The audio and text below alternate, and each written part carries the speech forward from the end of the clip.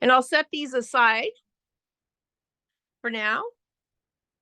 So in your kit, if you got a kit from us, I gave you enough fabric as per the pattern directions, but you actually didn't need quite that much.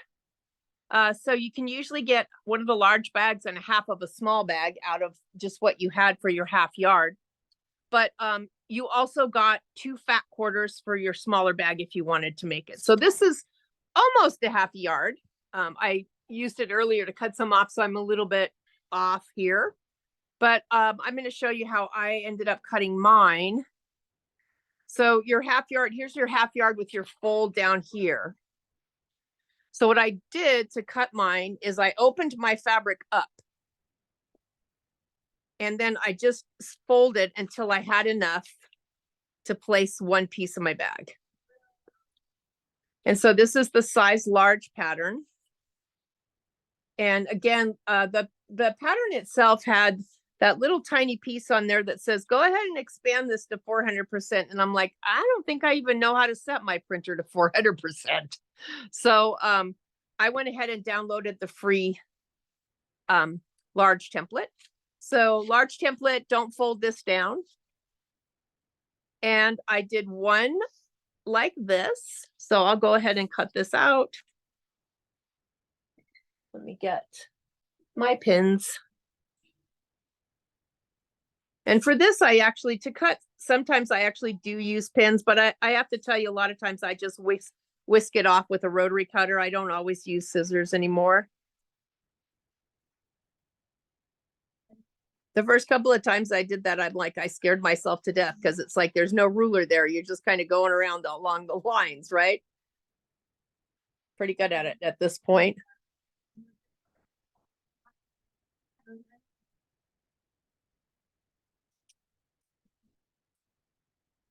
All right.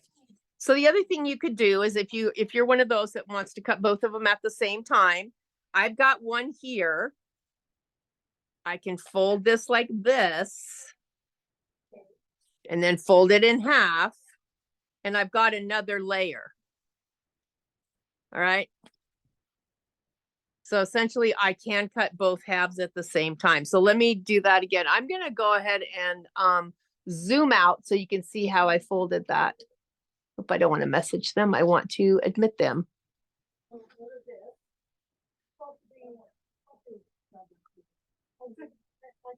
All right, I'm going to zoom out from the top.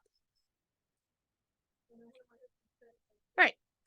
So I opened up my half a yard of fabric all the way open, and I folded it wrong sides together. And I just took what I needed to actually make one piece, because it has to be on the fold. You want to end up with a whole front of the bag and a whole back of the bag. And you could go ahead and cut this if this part is kind of confusing to you. I like to be efficient, so I know I need the same amount for a second. So I just folded it and then folded it back again so that I have 2 folds in the same place. So there's a fold down here, there's a fold here. And so now you can see that I actually have quite a bit of fabric. There's almost a fat quarter left if you do it that way. So that's how I'm going to do it. Let me get this ironing mat out of here. Let me find out and see if that's something. Okay, yeah. And I'm just going to measure up to make sure I have my folds together because I want each piece to be the same size.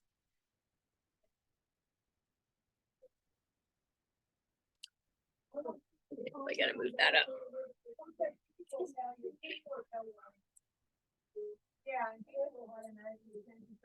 So I loved this fabric the minute it came in. And I love it because I love the combination of cotton and linen. I love the combination because it gives you something that has some really good structure to it. So it's not wimpy like just quilt cotton, a bag made out of just quilt cotton. Not that there's anything wrong with that if you like something that's more of a soft structure, but I kind of like stuff that has a little bit more body to it. So this kind of fits the bill. It's a pleasure to sew on. It really and truly is. All right. So now I have my 2 folds. So you can see that here's my fold of the 2 pieces. And I'm going to go ahead and cut this out. And I'm going to end up with almost a fat quarter left out of my half yard. So you can kind of get 2 small bags. You can, if out of what you have left, probably. All right, let me grab some scissors.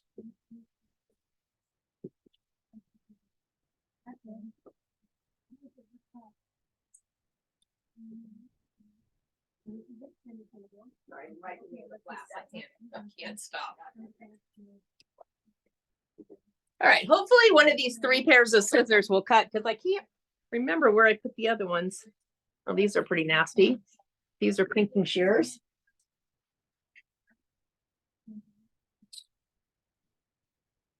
Who knew? You work in a place where they sharpen scissors, and ours are really blunt. All right, so I'm going to go ahead and cut both of these together. And if you're ahead of me, that's great. You're going to do exactly the same thing with your lining fabric. And it doesn't matter which is which. Whatever makes you happy, either one of them can be the lining or the outside. And I really wish I had a pair of scissors to cut. Maybe I'll just go ahead and rotary cutter it. Going to be easier on my hands. All right.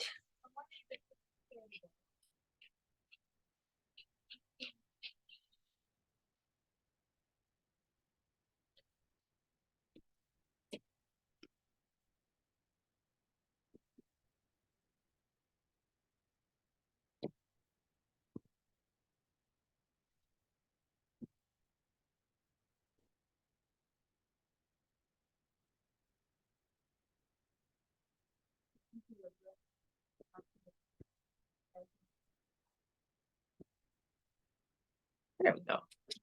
All right, so there's my 2 fronts. And here's the amount of fabric I have left out of a half yard. So it's quite a bit. So you'll have plenty that you can use it for, like maybe a smaller zipper bag, like maybe a snack bag or something like that, or something for smaller items. I'm just going to go get rid of the rest. And then I'm going to do exactly the same thing, because I've already done it, to my lining pieces. So right now, both of the pieces are going to stay as they are. They've both got 2 long sides.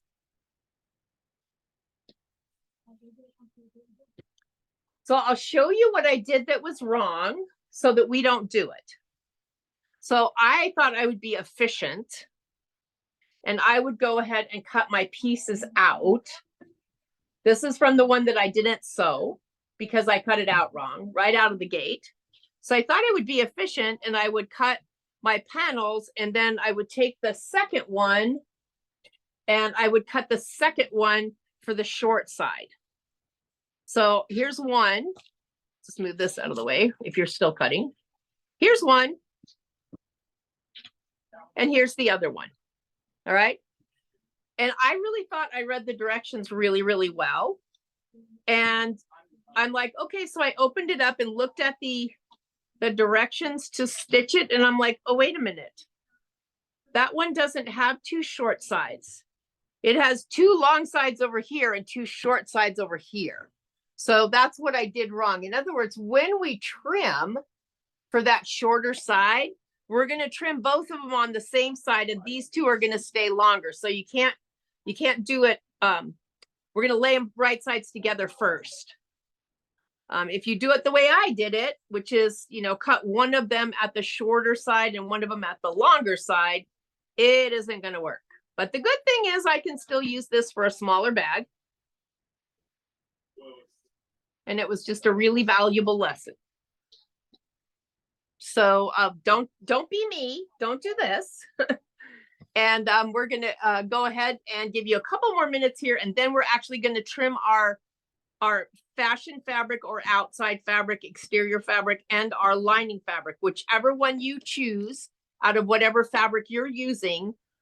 Just remember which is which. It doesn't really matter because at the end, it's going to be reversible anyway. So Michelle, I'm sorry I'm late.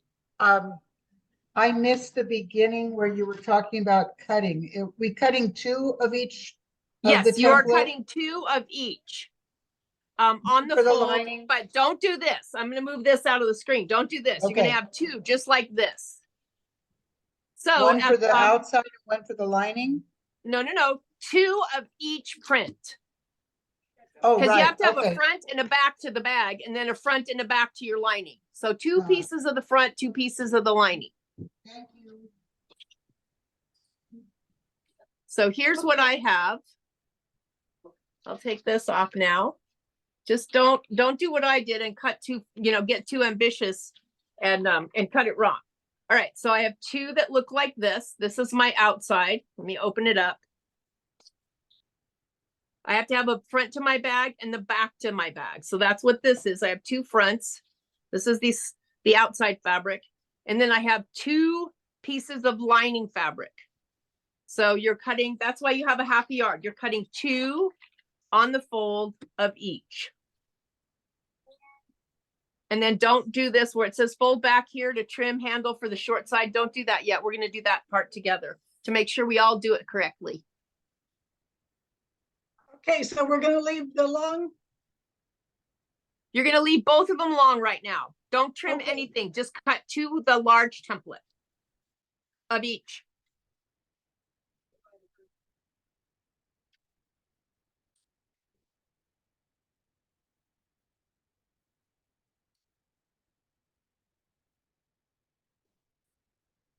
I'm going to give everybody a couple more minutes to get cut.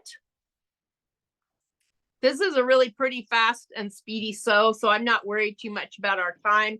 We'll take as much time as we need. Really, the hardest part of the whole bag was making sure I didn't cut it wrong the second time. All right. How are we doing? It's so nice to see everybody. There's so many of you. I love it. I actually have a page 2, you guys. I never have a page 2. Awesome. I love it. Yes. I'm listening. I said awesome. Yeah, it is pretty awesome. I love it. So this is just the first one of some quick Christmas or holiday or whatever holiday you celebrate, or if you just give a gift just for the heck of it, getting some fun, fast, quick, easy stuff you can have on hand in case you need a gift for any occasion. I like to have stuff like this around because sometimes I'll use it as a hostess gift or something. If we get invited over somebody's house to dinner and I just have something I can bring and it's done and ready to go. So it's not really seasonal, but because it's that season that we start thinking about the, right. And I'm going to say something and you guys, some of you will laugh at me and some of you will agree with me. Did you not think that in July you would start your holiday sewing? Did you not have a list that says in July, I will start doing this? And here we are, November, and I haven't started anything yet. I guess it's going to all go back in the pile. 2 outer and the same in 2 lining. That is correct. So 2 outer, 2 lining. Don't trim anything off. They are the full size template cut on the fold. So I have 2 pieces of lining and then I have 2 pieces of the outside, and then just stop right there. Don't go any further because I want to get this next part right. Because if we get it wrong, it's not going to end well for anybody. But yeah, I always think I'm going to start in July. And honestly, I have all of these cute little books and cute little pens and all that kind of stuff that I start writing out my to-do list. I have no idea even where the to-do list is at this point. It's somewhere buried in my room. So yeah, should we put, no, you don't have to put interfacing on anything. This is a very slouchy bag. It's a do it as it is. Now, when you make it another time or a second time, if you find that you want a more structured bag, then by all means, you can go ahead and put interfacing in it. I would not have a problem with this with interfacing. Today, if you're using the fabric that you bought from the store in your kit, you've got 2 pieces of linen. That's going to be 4 pieces of linen that you have to pull through the handle of the bag. Interfacing is going to make that hard. So let's not make it hard. Well, naps are good. We're glad you're here anyway. And we have more still signing on.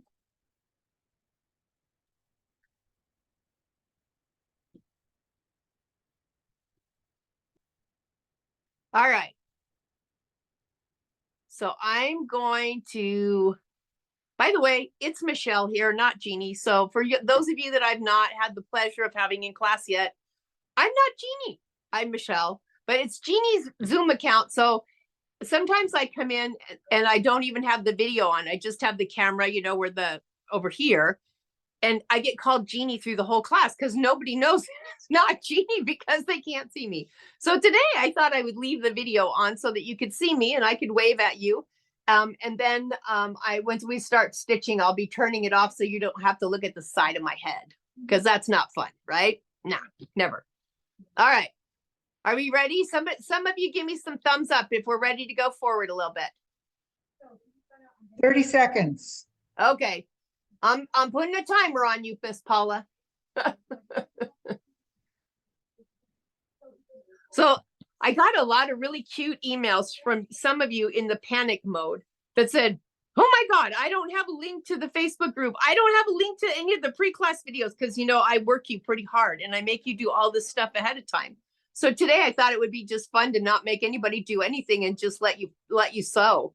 So I really, it was kind of, I didn't laugh at you. I laughed that I have you so well trained that you expect that you're going to have, you know, that Facebook group and all that. But for this, we didn't need one because once I got the bag done and I did it right, then I didn't have, I'm like, I don't even need a pre-class video for this. We're just going to have fun sewing.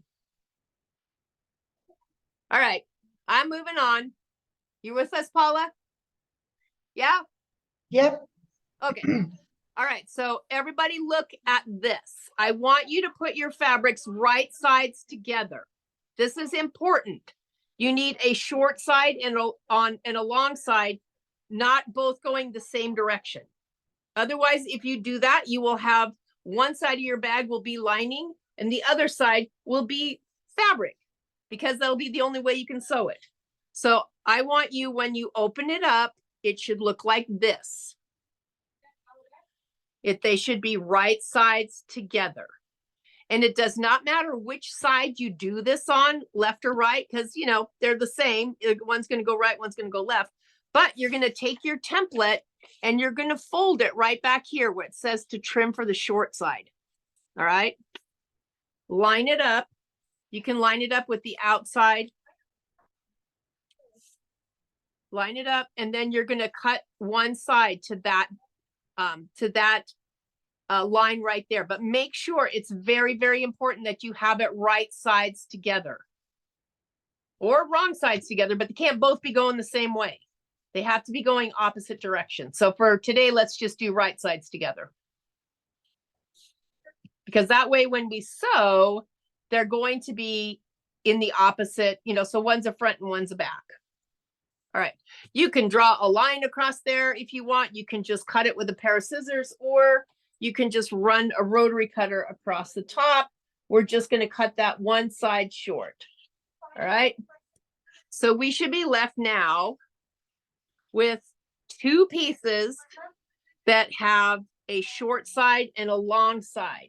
All right, so when we open it up, when we get them sewn together, we're going to have one short side and one long side. And that's so that this side will be the knot that slips through the other side to make the handle. So this is how they should look. Right sides together and one short side. Again, it doesn't matter which side because it's the front and the back are exactly the same. And that's what I did wrong twice. So I don't want you guys to do it. Donna, if you're talking to me, you have to unmute yourself. Okay, all right. All right, please, I am gonna show how to cut again. All right. All right, so here's my lining. I have a definite right side to my lining and I have a definite wrong side to my lining. I need to have them be right sides together. So put one down on your table, right side up. Put the other lining piece on it, right side down. So now you're looking at the back of your fabric.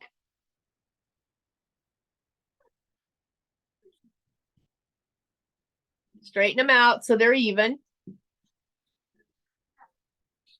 All right. So here we are with this one. Right side up, right side down.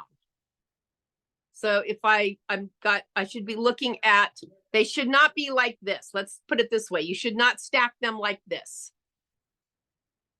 If you stack them like this, you're going to do what I did, and that's you're going to have pieces that don't fit. All right, so right sides together.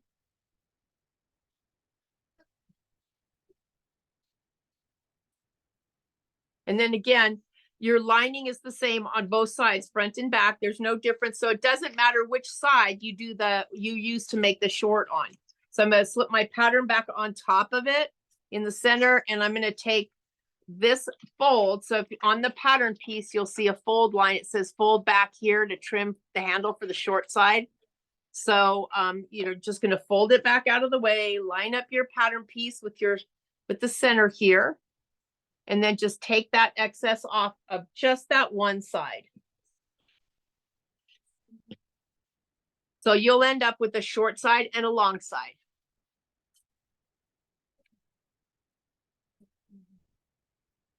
And that's the hard part. You're done with the hardest part.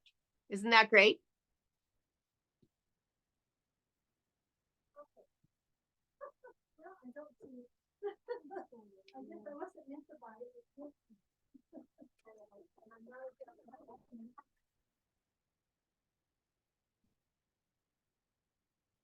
All right, so I want you to look at diagram 1.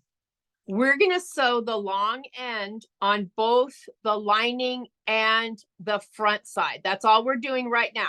We're just sewing all of our seam allowances today are 1/4 of an inch. So we're just, if you want to use clips are fine. I just happen to have the pins handy. And I'm going to do the same thing with the outside of the bag. I'm going to sew the long side.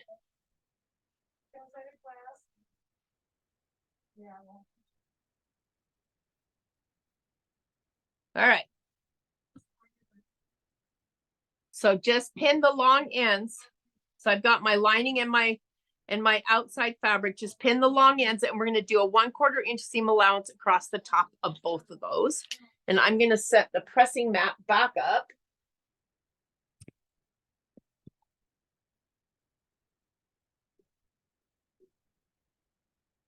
I don't know what I was ironing. It would have been me because it wasn't Jeannie yesterday. It would have been me, but I don't know what I was ironing, but I made a mess. Was it directions or no?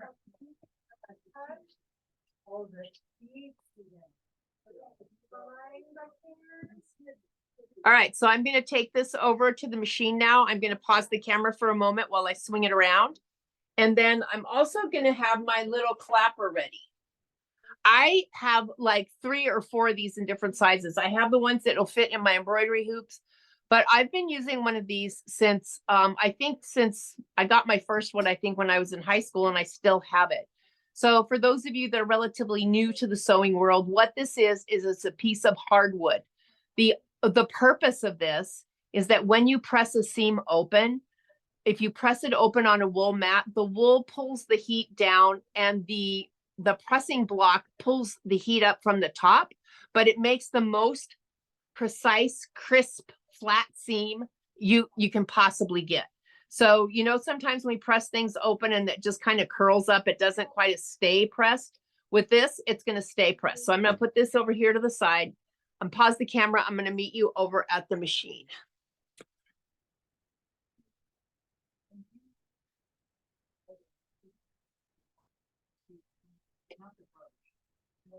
I don't know what that is.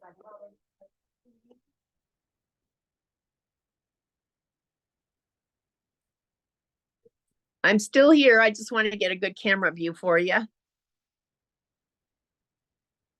All right. So I'm gonna Luminaire today.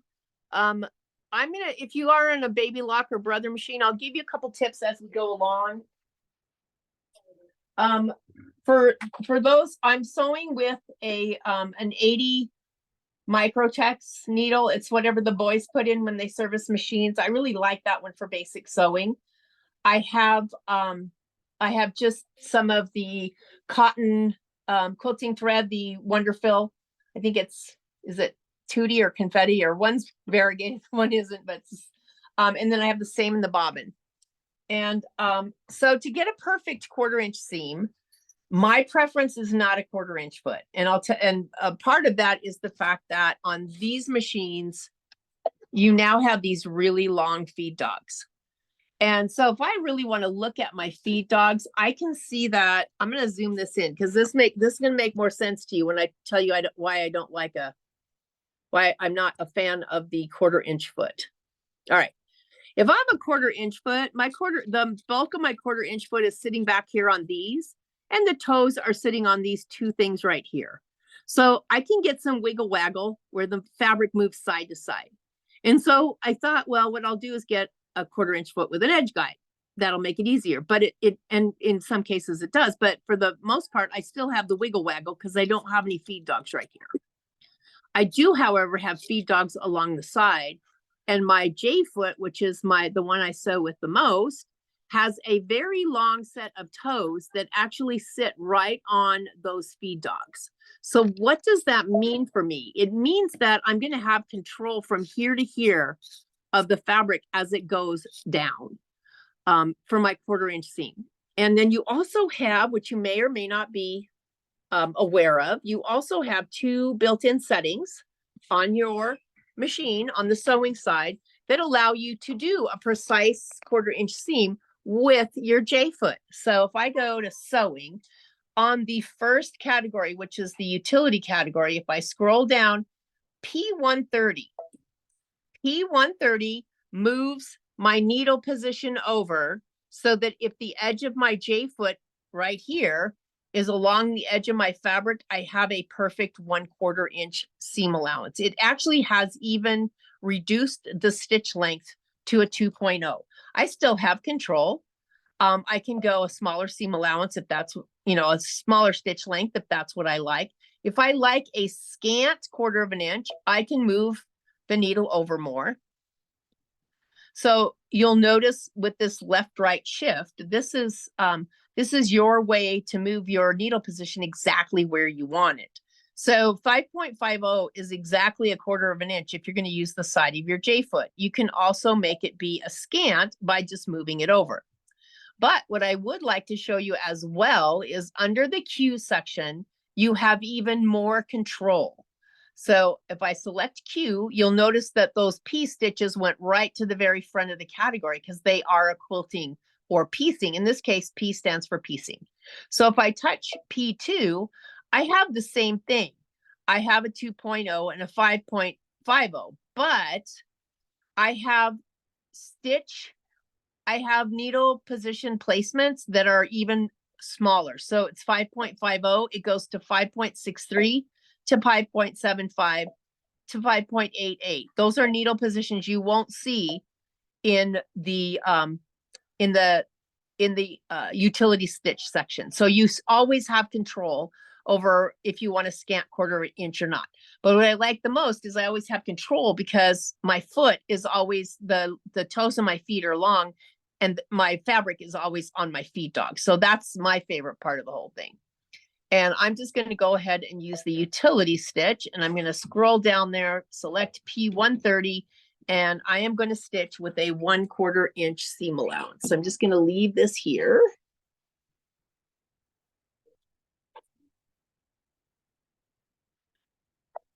So I'm actually going to just start. And when I start to start stitching on fabric, not air. Most machines don't like to stitch. Question. Yes.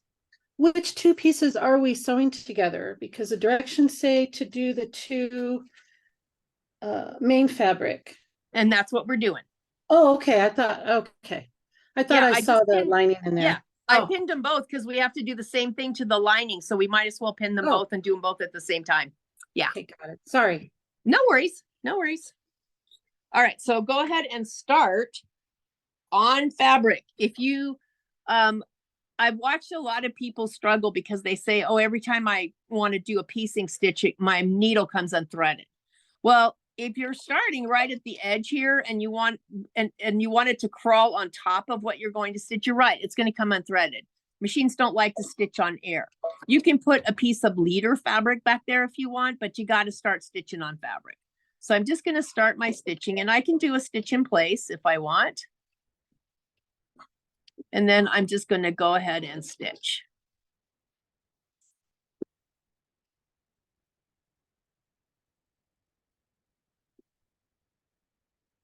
And I can do a stitch in place, or you can back stitch. I mean, really, it's up to you, whichever one you prefer. All right, so there's my 1/4 inch on that piece. And now since I pinned my lining together, it's the same one. It's the longer arm. I'm going to go ahead and sew that one together too. That way I can press both Michelle? of them. Yes. We can't get ours on a 5.50 On a All right. 130. on the 130. Can you help us on that? Okay, so what does it say down here? Well, I'm on a Stellaire. Okay. So 130 may not be the right number on a Stellaire. You're looking for the one that says P. I have a, if I go to a P130 1-32, I can get that. Perfect. Yeah, so you're going to have a little bit of different selections of stitches, but let me show you something. Even if I was right in a straight stitch, right? I've just got a straight stitch selected. I've got, I want to go, all I have to do is take my left right shift, which is going to be in 3.5 when you're in center needle position. I'm just going to Right. move it to 5.50. And now it's in that same position. And then I can just shorten my stitch length to whatever I want. So I can always get there. It's just that having the pre-programmed stitch sometimes just makes it faster. But yeah, Okay. if you're on a different machine, the number of the stitch might be different, but you should have some P's. You have to mind your P's and Q's. So your Right, P's and exactly. Q's are at the bottom of the utility. If you don't want to be in the quilting section. Either way, you can go either way. The quilting, like I said, is going to give you more stops in between on the left right shift to be more. I have met people that a scant 1/4 inch mainly means like almost one human hair over the other direction. So this kind of that satisfies the need to be able to have more positions. I'm good with just the ones they give me. I don't piece that much. Cool. Well, we've got that set then. And then, so we're doing a straight stitch, right? Yeah. So just put the edge of your fabric. I'll show you. Just put the edge of your fabric right up against the edge of your foot.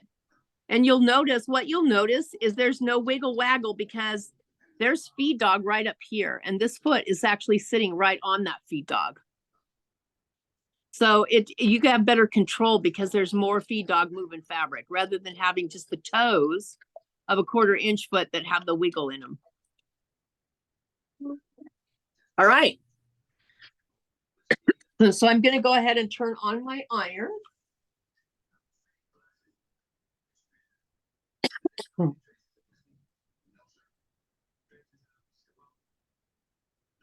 So I have to tell you, I love my vintage machines. All of us that have been sewing for a long time, we all have those vintage machines that we either have had since we were the first owner or since we were handed down by somebody in the family.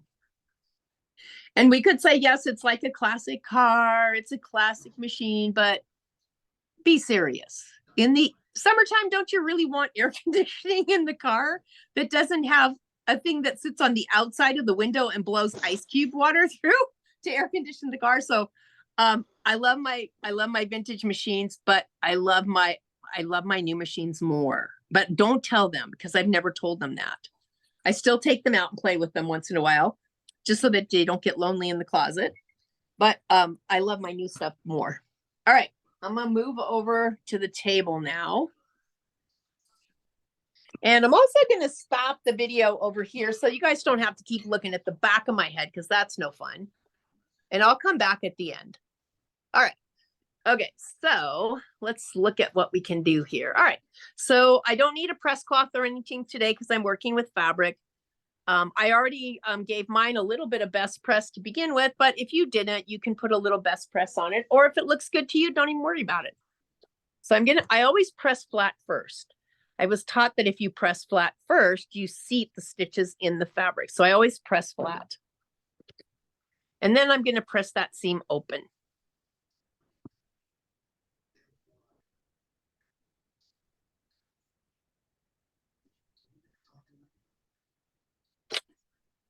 And I'll show you with and without the clapper. So I do have steam. I can give it some steam, but look at it, still kind of pops up. Let me zoom in. So it still kind of pops, right? So if I warm it up, and then I put the clapper on it and hold it for a little while. I just give it a few seconds for the clapper to do its job and to cool off that fabric.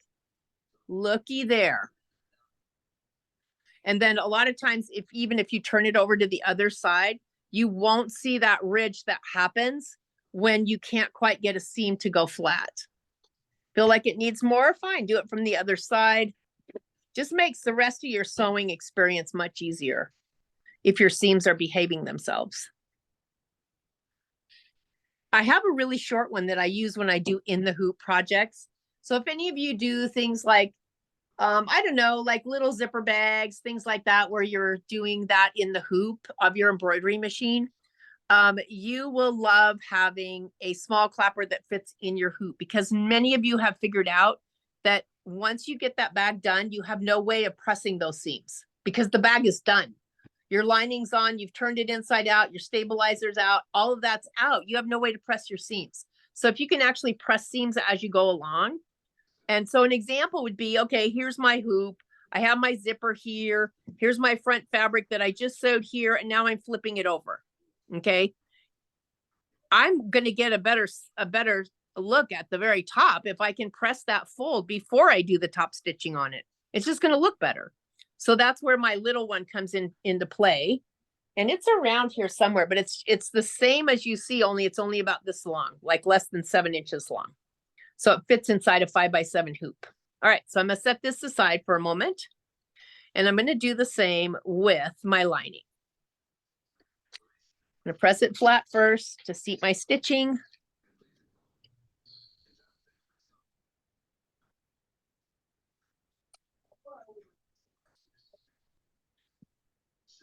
And then I'm gonna open it up.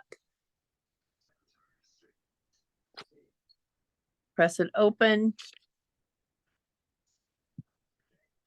And slide my clapper right on top of it. So for those of you that have been sewing for a long time, I believe, I'm trying to think of what my first original one, it might have been like a June Taylor or something like that, the original clapper that I have. What's nice is some of the newer ones have this ridge on the side, so it makes it really easy to hold it. All right. How we doing? We kind of staying together? I'm going to pull my mat off right now because we're going to be doing a little pinning. All right.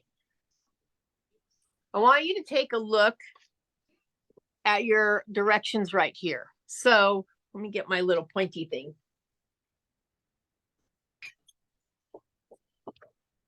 We're going to sew on the long side. We're going to start at the corner and sew all the way around.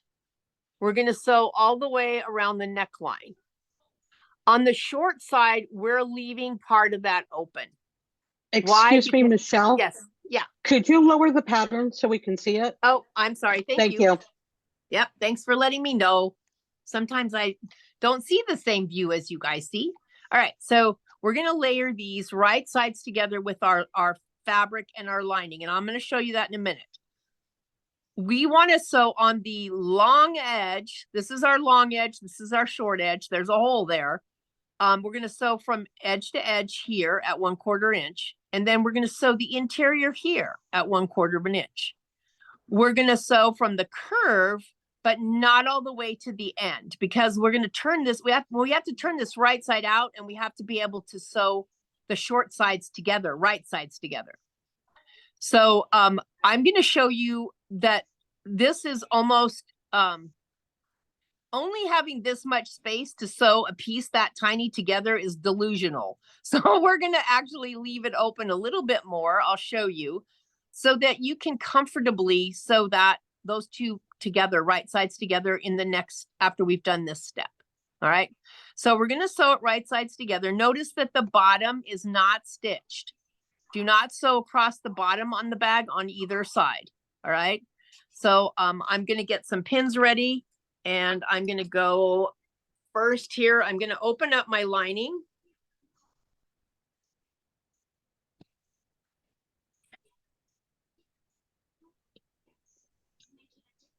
So it's going to kind of look like this. All right. And then I'm going to take my good fabric, my pretty fabric, and I'm going to put it right sides together. All right. And match it up all the way around. I'm going to start by pinning the seams together so that when I turn it, my seams will be in the right place. So, and I like to just pop that pin right where that seam is. I'm going to do it on both sides. That's where I start, and I work out from there, because that's the part you'll notice if you get it crooked. The rest of it, you won't, I promise you won't even notice. All right. So I've got that part out, and I'm going to do this side first. I'm going to match everything up. My fabrics are right sides together. So my lining, I put down my lining first on the table with the pretty side up. And then I took my fabric, that's my main fabric, and I put it pretty side down. And I'm going to work around everything and leaving this till last. All right. I'm smoothing everything out so I can make sure that everything kind of lines up. All right. So I'm going to go ahead and do this outside edge first. And you can use pins, you can use clips. I happen to have pins here. Normally I would probably use clips, but the pins are here, so I'm going to use them. And then I'm also going to be doing this all the way from one side all the way around. So I'm going to make sure that my sides are positioned there.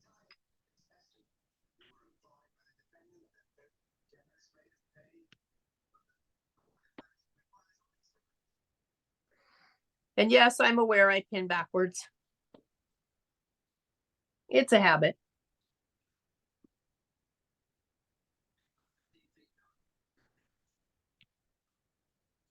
I'll just put a couple go in the right direction for those of you that this makes you kind of aware. Okay. All right. For this side here, I want you, if you give yourself at least 2.5 to 3 inches and then sew. All right. So if you look at the mat here, I've got this lined up, this is my short edge. The lined up on that line, I'm going to skip down to here and I'm going to sew there, because I'd rather have enough to be able to stitch comfortably to sew that together than to have to struggle.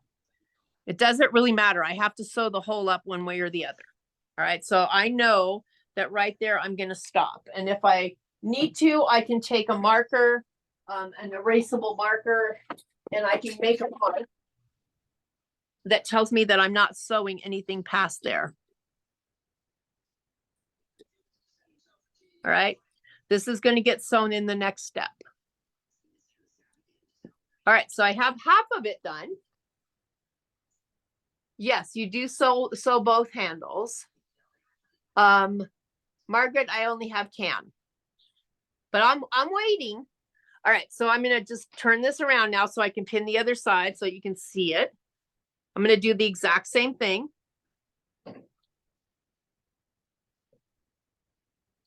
I always am going to try to actually position my fabrics to make sure everything's fitting in there correctly. And then I'll pin from there.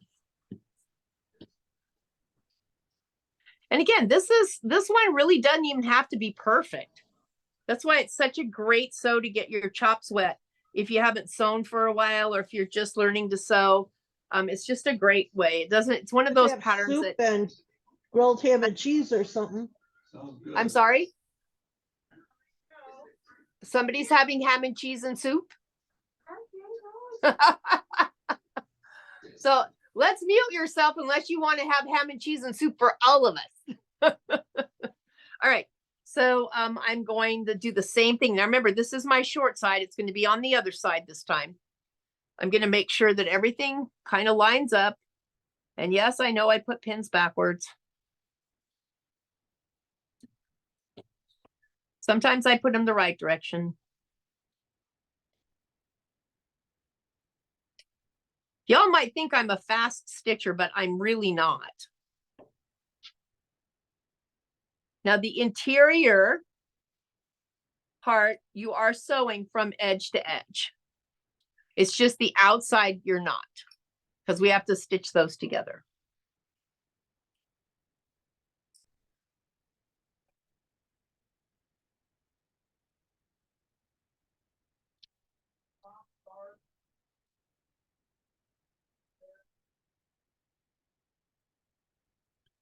All right, so make sure on this other side, same thing. Leave yourself 3 inches open. That gives you almost 6 inches to be able to open that up and sew that right sides together comfortably.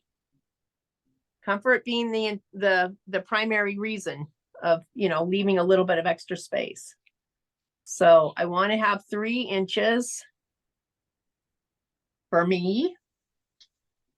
And it'll make more sense in a little while. And I'm going to make a mark that lets me know I don't want to sew this area. Or you can put a post-it here that says, no, no, no. That works too. Got to have fun, right? Michelle, All I'm right. totally lost. Okay, Where where are you? Okay, I had to do some ripping, so we just sewed one shoulder seam together, correct? One on the big the main fabric and the lining, because we're pinning main fabric and lining together right now. Okay, So let me raise this up so you can get a better view of it. Let's see.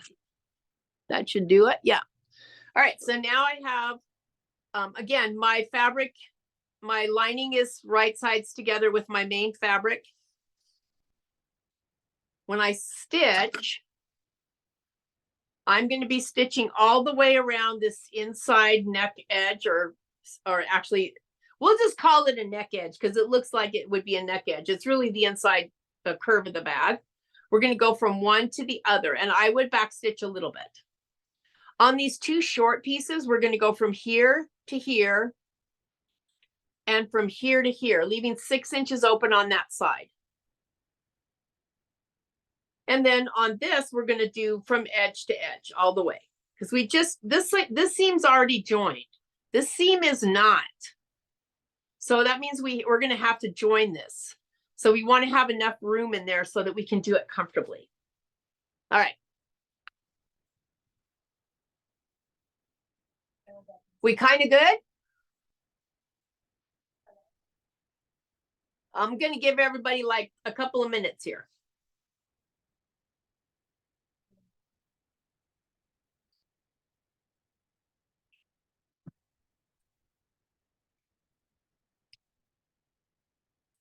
Who's looking forward to having a holiday weekend next weekend? I am. I am. I don't, this is going to sound really bad. I really don't like the traditional turkey dinner. It's just not my thing. I like turkey. I'm just not big on the whole turkey dinner.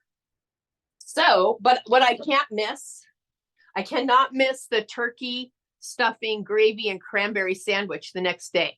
So that's what we're doing for the main meal. We thought, why not just go to dessert first? Really, that's really what we like the best. So I might have found the tiniest turkey on the planet.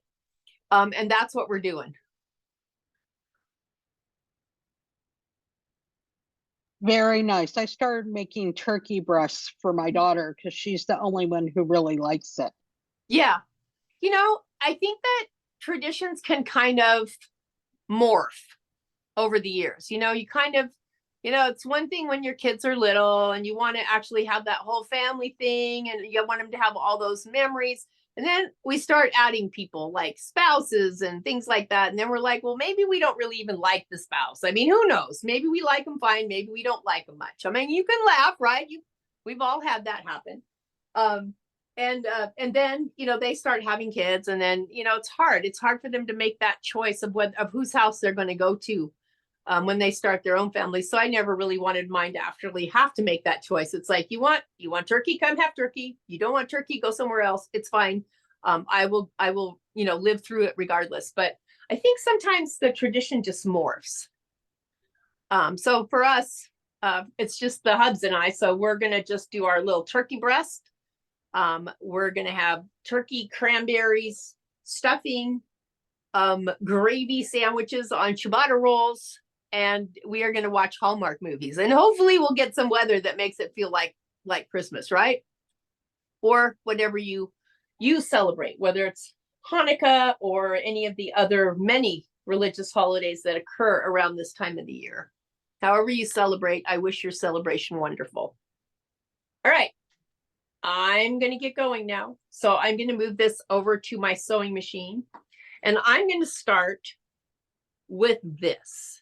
Why? Because this is the one I have to go slowest on because it's got the sharpest curve.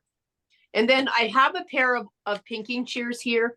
And if you don't have pinking shears, I'll show you how to make it without pinking shears. But when you have curves that are this tight, when you go to press that seam, when you turn it right side out, it's going to be really hard to do that because you're going to have all of this fabric bunched up in here. So you can either trim some out with pinking shears, which cuts little notches in it, or you can notch it out with snips. So I'm going to show you how to do it both ways. I'm going to do one on one side and one on the other.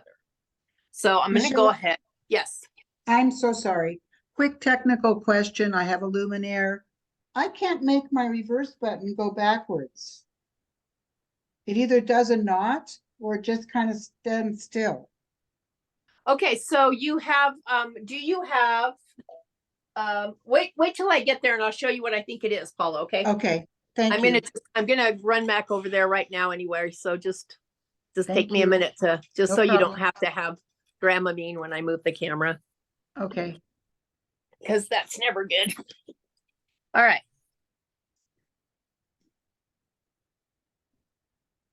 So those of you that have luminaires, Solarises, Altairs, Meridians, Stellaires, a lot of the machines, they have a setting called reinforcement priority.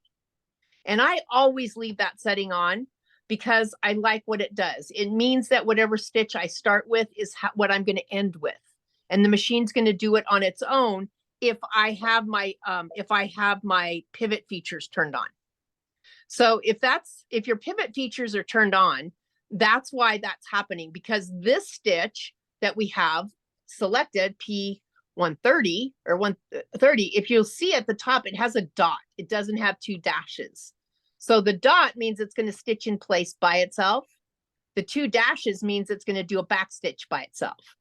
So if you want a back stitch instead of a stitch in place, you can still do that and still have, you just have to do it. You have to pick either 1-01 or 1-03 and then set the left right shift on your own. So let me show you how to do that. Just select 1-03. It says 350 down here. And the 1-03 is the same on all of them. I'm going to move my left right shift to 5.50. I'm going to shorten my stitch length. And then I can go ahead and turn my pivot features on if I want to, because the machine will start with a back stitch on its own. And then all you have to do is just tap here. When you're done, it'll back stitch on its own and cut the thread. So it's one of those things that I love. It's a feature that I love, but can be sometimes confusing. If you don't want to use that feature and you want to just back stitch on your own, turn these off. Just turn them off. It won't do it if those two things are turned off. And that, but you still need to have a stitch that has a back stitch, which would be like 103. That's why it wants to, it's like, wait a minute, she told me she was gonna piece. If I'm piece, nobody likes a big wad of thread at the beginning there. I need to help her.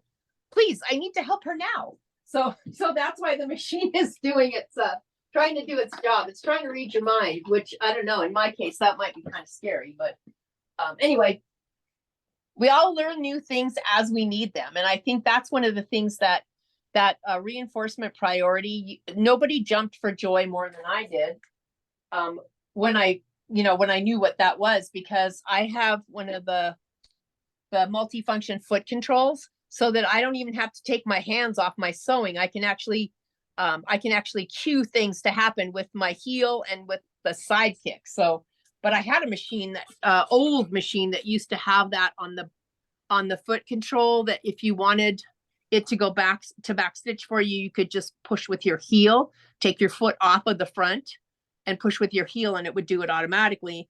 And I always missed that until the Luminaires and the Solarises and I actually think they had it on the Quattro too, which was about 20 years ago, I guess. All right. So I'm starting on the inside edge. I have my stitch set at 5.50 on the left right shift, which means I still have my 1/4 inch using my J foot. My stitch length is 2.0. You don't have to be 2.0. You could be 2.5 if you like that better. And I'm going to go ahead and put my foot down. And if I wanted to back stitch, I would, because I don't have my my pivot features on, I would just touch the back stitch.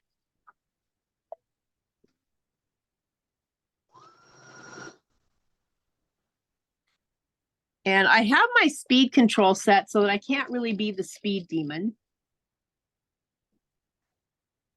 Because as I go around this curve, I want to make use of my pivot feature. So with what the pivot feature is the needle stays down and your foot goes up. So it allows you to turn those corners and make a softer transition when you're going around a sharp curve. Although I won't remember to do it if I'm going pedal to the metal.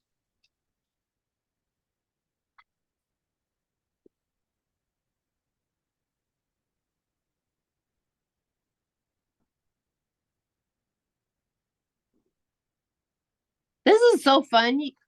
I always like it when you guys sew with me. I really do. Sewing sometimes and crafting and creating can be such a solitary hobby.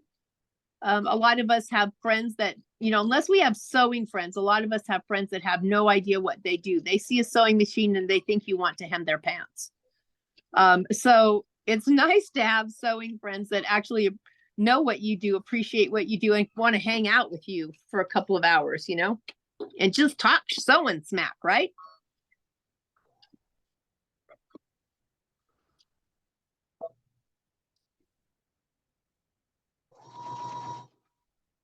All right, so here we go. Michelle, we're doing the whole inside. We're doing the whole inside, and then we're doing the long curve on the long handles, but not only 3 inches each on the short handles. So when I can straighten this out, I will show you, because in a minute to give people a chance to get caught up, I'm just going to sew the center for right now, and then I'm going to show you how to grade the seam with either pinking shears or your snippers to snip the clips in it. And then that way it'll give people a chance to catch up and also get a chance to see what it looks like, where we're going to go next.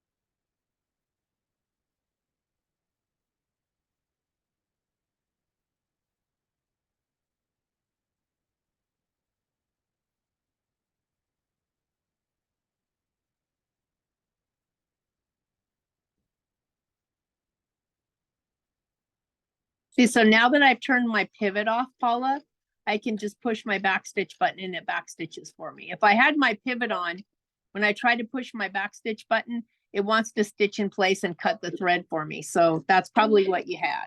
right. Yes, thank you so much. You're welcome. All right.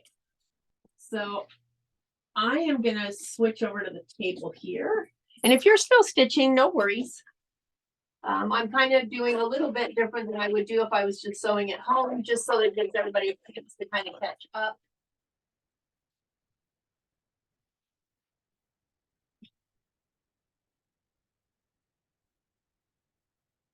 Come on, give me a camera. Yes, the recording will be sent out. Do you know why? Because I remembered to start the recording, right? Okay, so here's my tight curve. I want to get some of this because when I go to turn this, this is going to be bunchy. All right, so I can do it one of two ways. I don't want to cut my thread. Let me see if I can zoom in a little bit. These are pretty bulky pinking shears, but they will still work. So what I want to do is I don't want to go all the way around. I just want to go where the curve is. And very carefully clip that in there.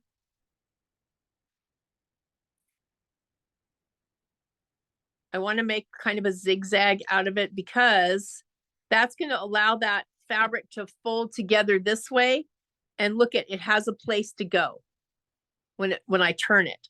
So pinking shears work, although I don't know how many of them are still around. I think you can still get them.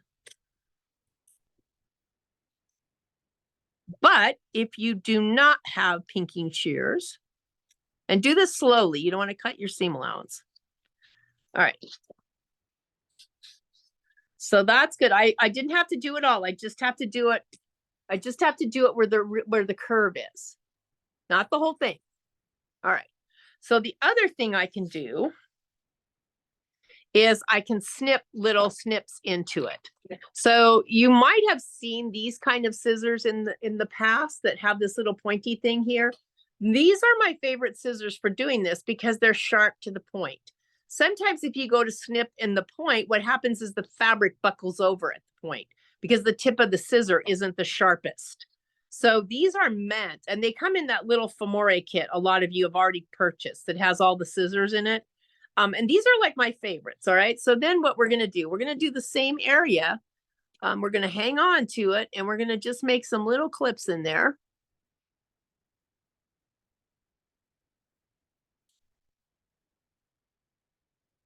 Just don't cut through your thread.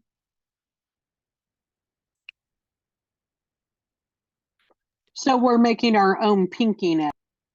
Exactly. Some people Okay. have pinking shears, some people don't have them. So this is just either way is going to work. It just depends. If you have them, use the pinking shears because it's definitely faster. Because this you have to really pay attention that you snip, but you don't cut your threads. And I have to really pay attention that I'm actually doing something underneath the camera, right? Okay.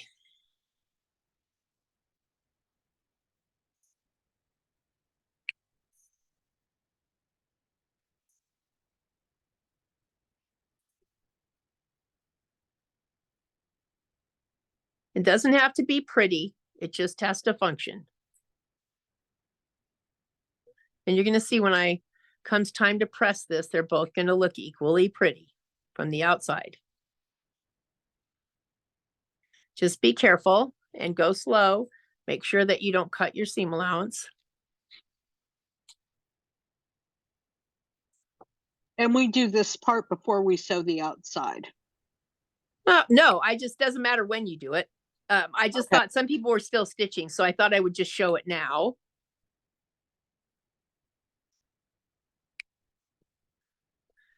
You just have to do it before you turn it right side out. So if you're still stitching, don't rush. You still will have time to do it. Thank you. Uh-huh.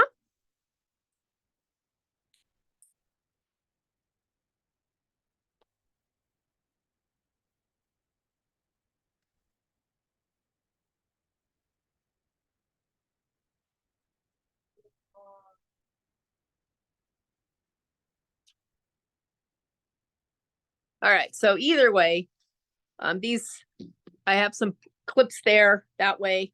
I have some clips this way with the pinking shears. Either way works. All right, I'm gonna zoom back out again. And I'm gonna come back straight up so that you guys can see. All right, so here's what I've done so far. I've just done the neckline. What I'm referring to is the neckline. There is no neckline because it's not a shirt, but it just kind of looks like one. So we're gonna go with that. All right, so I have the long edge that I am gonna sew from edge to edge. So I'm gonna sew that next. The short side over here, where, and it's easy to tell which is which, there's a big hole here, is I'm gonna sew from here to here, which is 3 inches from the edge, because I still have to join these together. And I certainly don't want to do that if I don't have enough room to do it. It's gonna be really hard to do. So I want to give myself plenty of room to do it. So for on the short side, I'm gonna sew from here down at the bottom to 3 inches from the top. All right, so I'm going to go ahead and do this side now, and then my 2 short sides.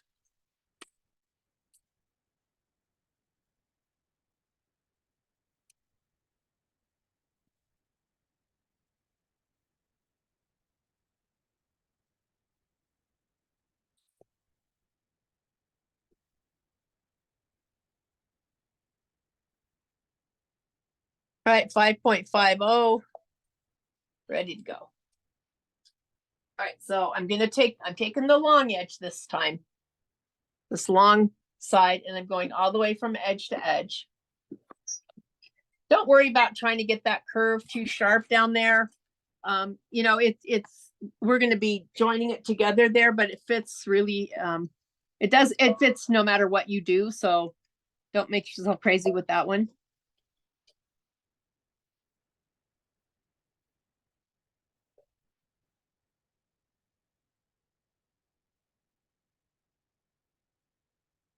And I did not do any clipping or pinking around those curves, just around that area that I just showed you.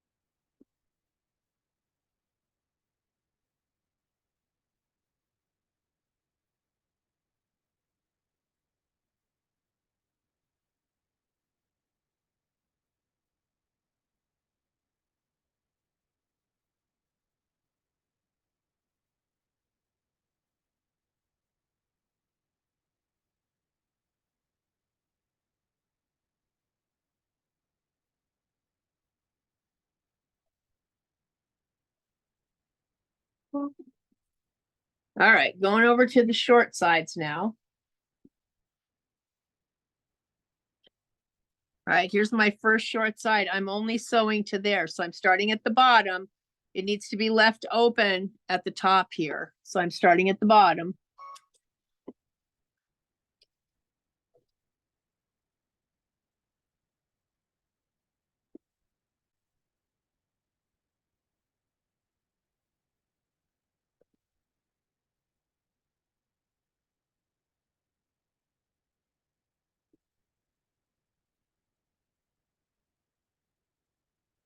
All right, I'm not sewing past that mark because that's my mark that's 3 inches. I am going to back stitch.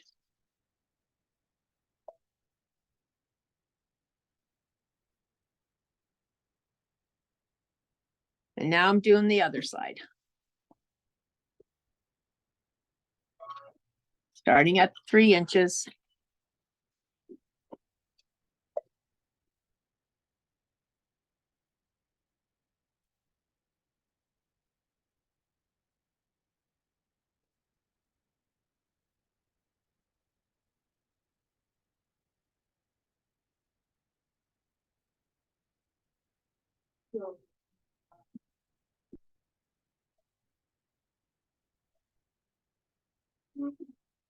All right.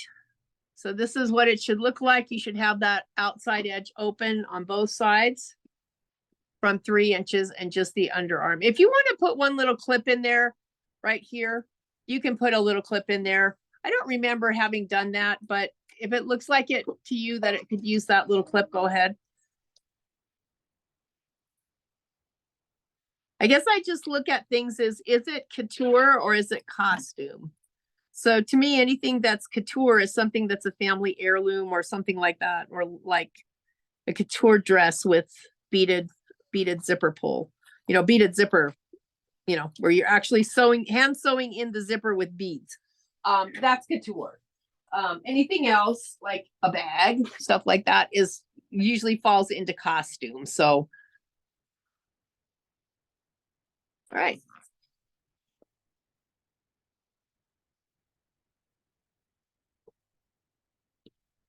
All right, so here's my lining, the back of my lining on one side. I'm open over here.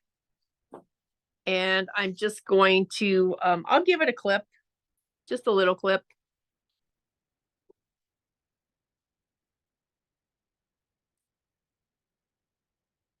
Just don't clip your stitching. It's careful too if you're using scissors that are relatively new to you, or these pointy ones, because they do go all the way to the tip, and sometimes we're not used to that.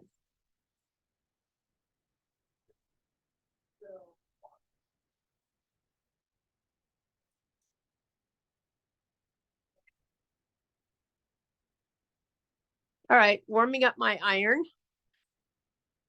because I'm gonna be doing some pressing here.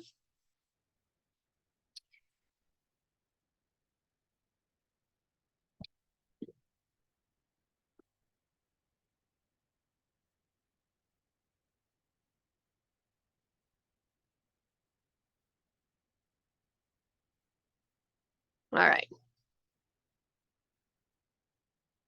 So this is not in your pattern directions, but anytime you have something like this, where you have this like curve, I always take the it's the same as like an in the hoop bag. I take the opportunity to press it when I actually have the opportunity to press it, because once I turn it inside out, that opportunity is gone. So I'm going to press this flat.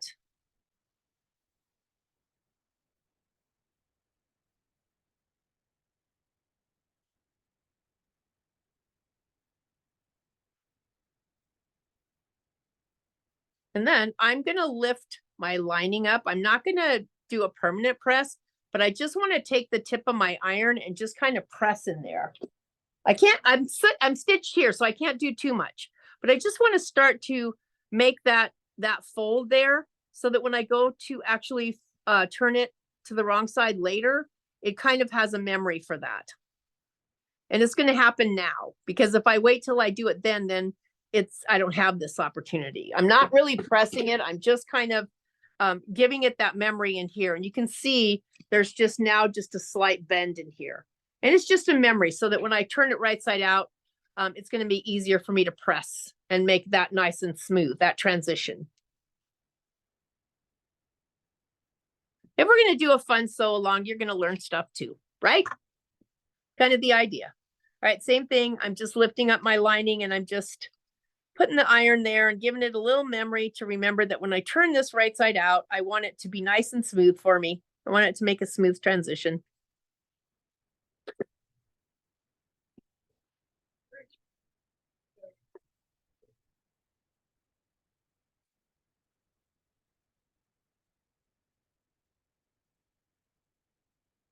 All right, so we are motoring right along here.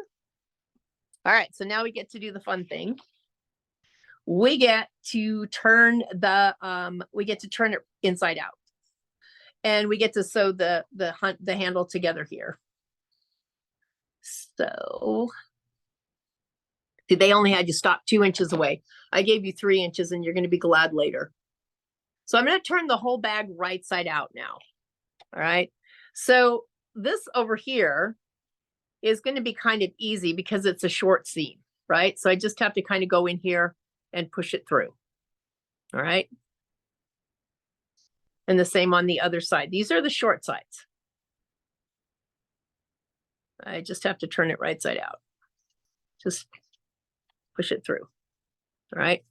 The other side, I have to pull the bag all the way through that long handle, right? So here's what this was. I have lots of bodkins and safety pins and all those things at home, but this guy caught my eye when Jeannie got them in. These, it's actually called a clip and glide. It is, again, for turning things. So it opens up so that you can use part of it as a gripper. So I'm just going to position it in the inside here. It's just positioned inside. And then I'm going to open it and I'm going to grab a chunk of fabric and stick it in there. Stick it in the gripper thing. All right.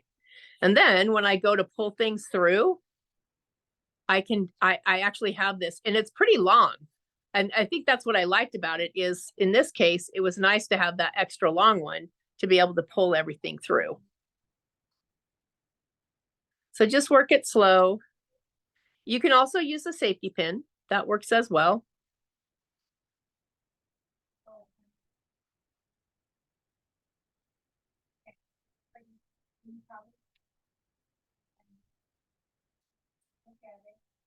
So look, now I have that other piece already through the other side here, and I can just pull it out.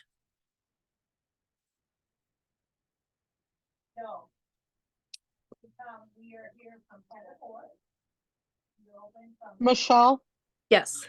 have they listed the next class in the series for Christmas gifts? Yeah, I did it yesterday. It's a snug as a mug on a rug.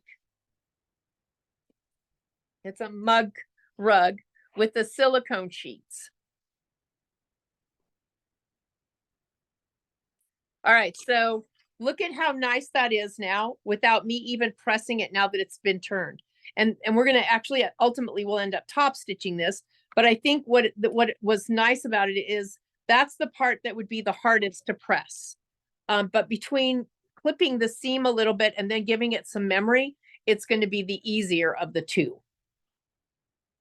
All right, same over here. All right, so this is what it should look like. I know for those of you that have been sewing for a long time, this makes no sense at all. Just roll with it.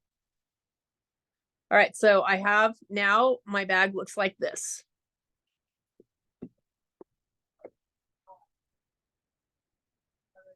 Okay, so now what I have to do is I have to make my short side look like this side, meaning sewn together, which is why I had you leave 3 inches and not 2, because this is going to be brutal if you only have 2 inches.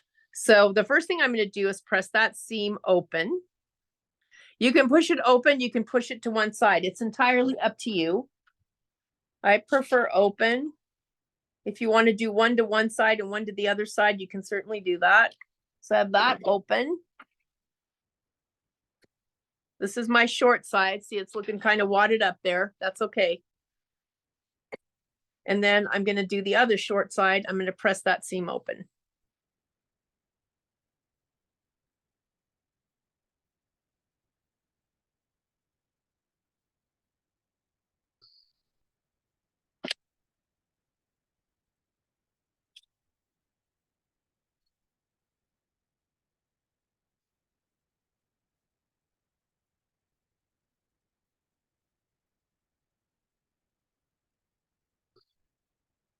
All right. So now the fun begins. You can kind of begin to start pressing some of this flat if you'd like, around the straps, around this strap and around the side here. It'll make it easier later if you do it now.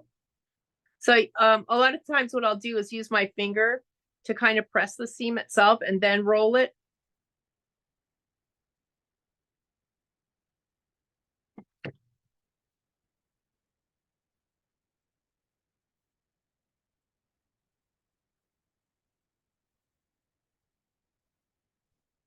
So I'm just using my fingers to press everything out kind of flat.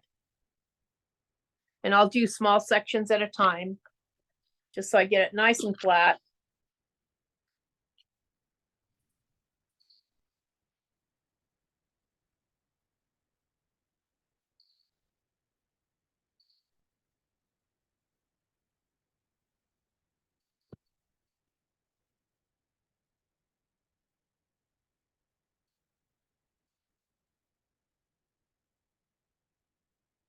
All right, so I'm not going to press this side flat yet. I'm just going to do the neckline area, which I keep calling a neckline. It has nothing to do with a neckline, but I figured it's easy to give it a.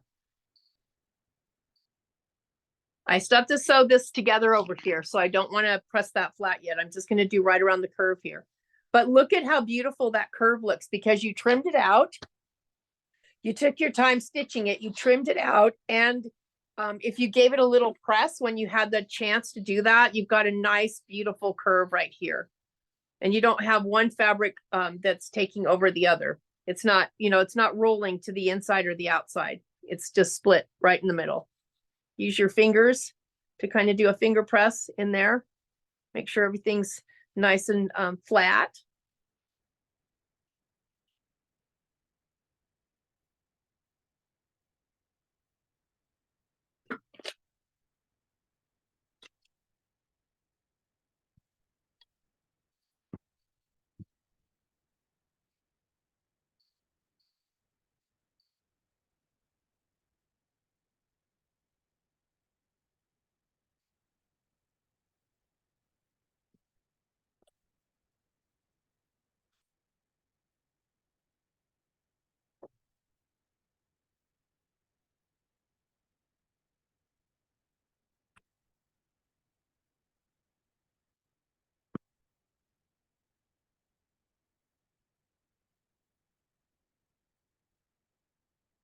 I am using the Panasonic.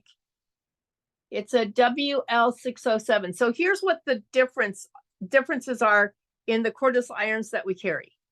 I got mine at home. I don't know what the number is, but it's turquoise.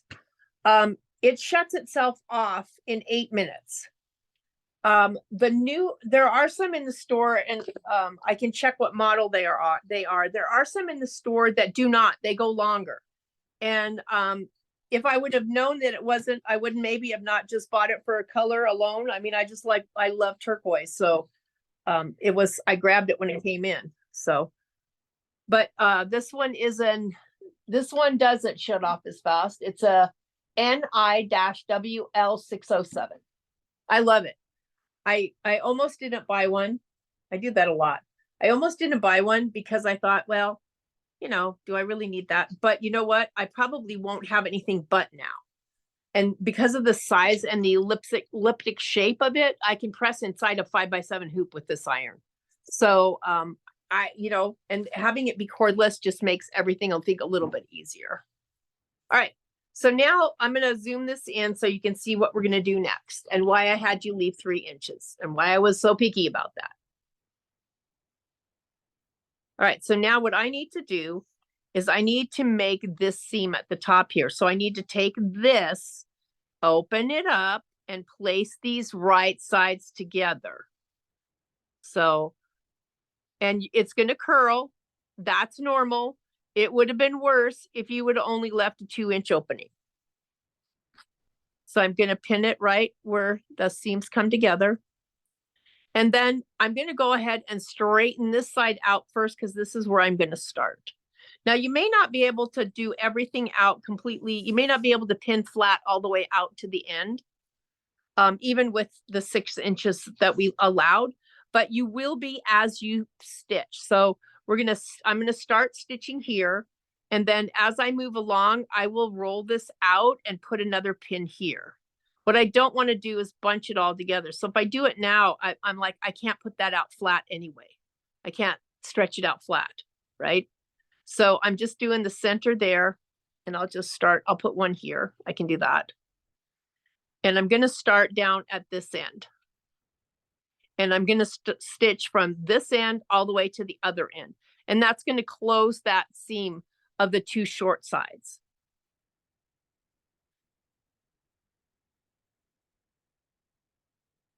Come on.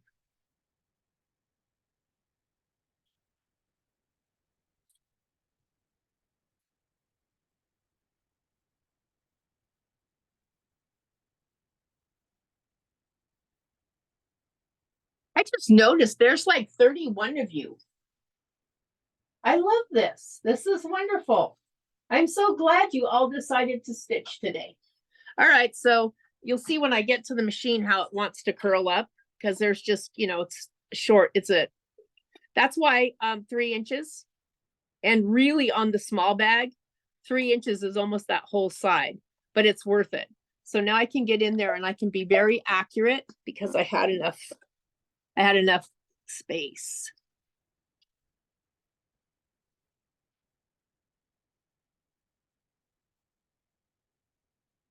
And I'm just going to make sure that I don't stitch on my curly parts here. As I stitch that part in the back there, as I move forward, I'll be able to flatten out these other ones. So now I can pull this flat. See? I am going to stitch to the pin. I'm not going to run over it, but I want to be in that center there.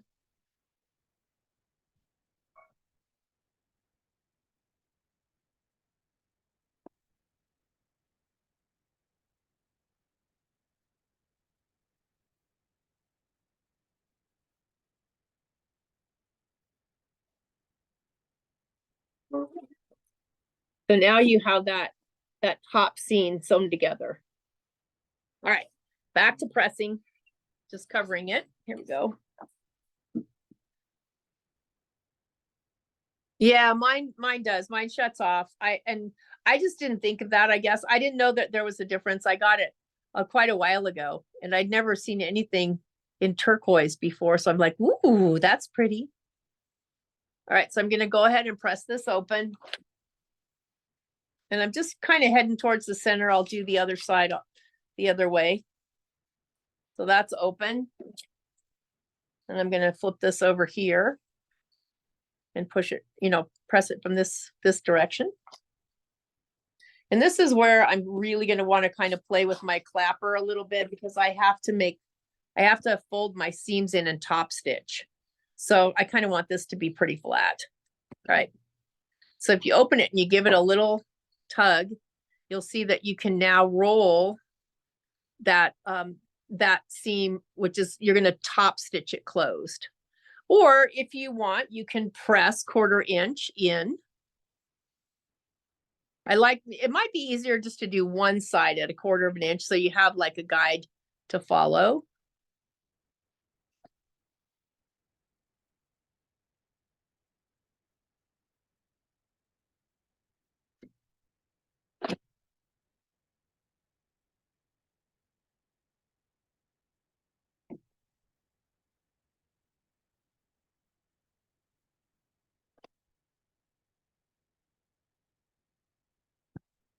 All right, so now that I've done that, I can go ahead and press on the inside here where I didn't press before.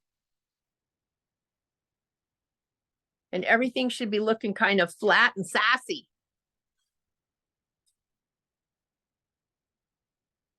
You're pressing queens. Everything looks all nice and flat.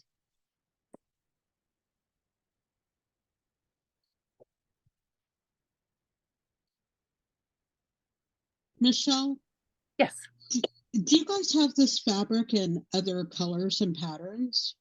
We don't, but it's a good thing to kind of pass along to Jeannie, because well, actually, that's not entirely true. We have some that's gray that has little stars on it, and we've had it for a while and nobody bought it. And I'm like, I don't know why nobody bought it, because it just isn't it feel wonderful to stitch with it?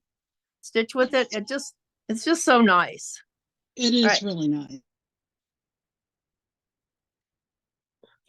It's one of my favorite combinations is the cotton linen. All right, so I'm going to kind of give this some pinning because I want to press them together, but I also want to be able to have that pin there and hold it in place. I'm just going to push my finger through here to kind of get this out a little bit.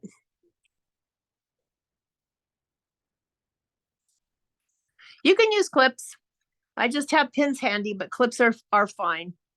Normally clips are my jam, but all right. So now I'm going to show you how to solve this problem. So my underneath fabric kind of stretched a little bit as I was sewing it. So I've got just a little bit more there. You're going to put this side down to your feed dogs because your feed dogs can actually help you ease fabric in. Don't put this one on the top, put the one that's bigger on the bottom. And I'll show you as I get there how to ease it in. Because it always happens, right? There's always at least one thing.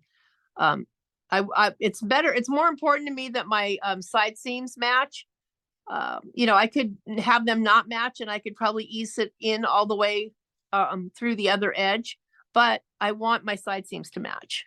So I'm actually just spreading out that little bit of excess between a couple of points there. All right. So it's not all, there's not all one big lump in the middle. Because as I sew, I'm going to kind of move my fabric up and down and the feed dogs are going to ease it in. This is a trick from garment construction. So if you've never done garment construction, this might be a new trick for you. I'm going to just press this out a little bit. So everything looks all pretty.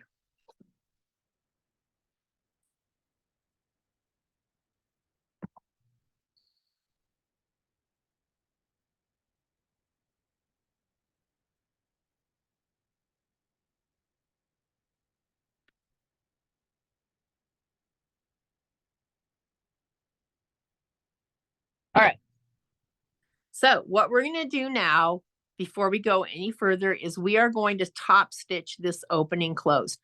Ultimately, we will be doing a 1/8 of an inch top stitching along all of the folded edges. But for right now, we're doing this edge so that we can close this hole. And then we're going to close up the rest of the bag. All right. Moving over to the machine. Come on.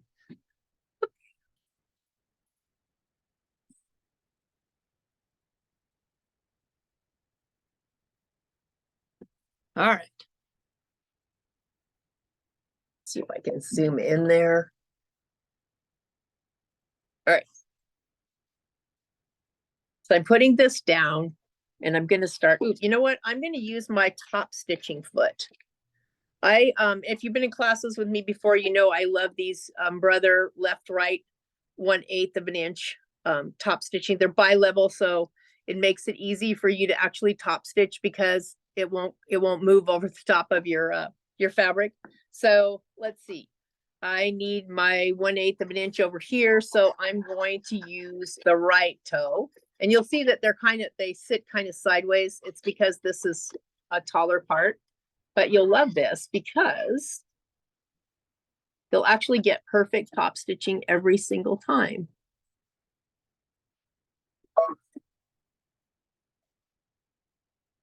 You do, however, have to pop it on there because of that. Come on, go, go. Okay.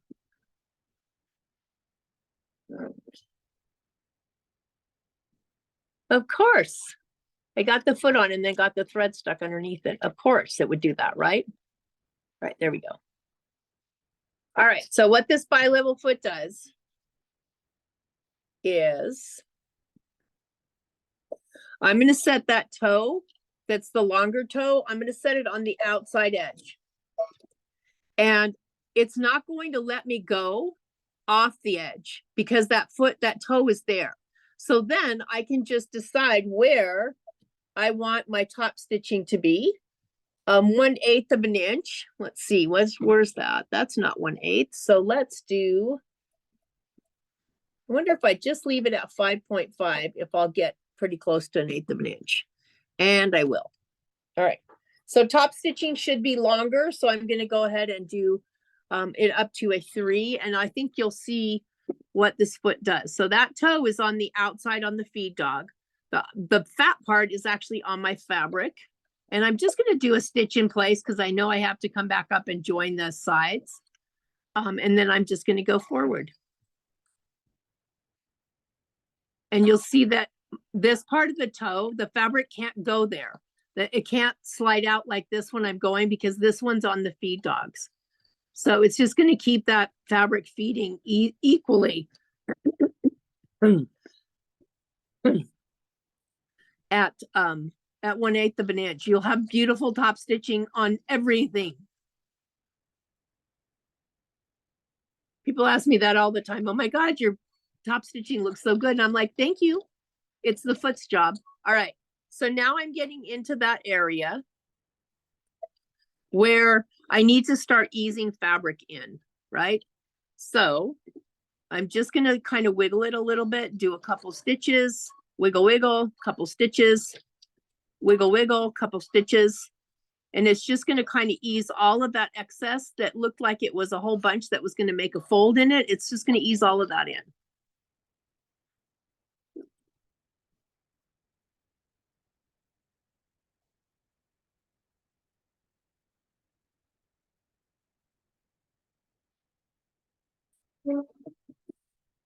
All right, so nice and flat, no bump, perfect 1/8 of an inch.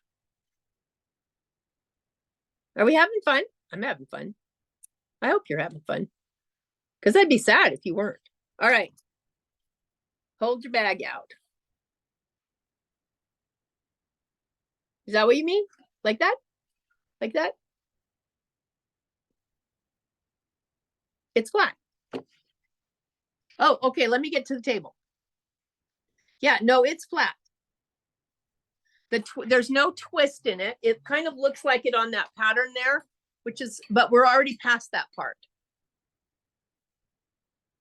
Nope, it's totally flat, look. Except for having the extra on one side. Because this is going to make a loop and then this is going to come through and that's going to make the twist. But right now, everything is just flat.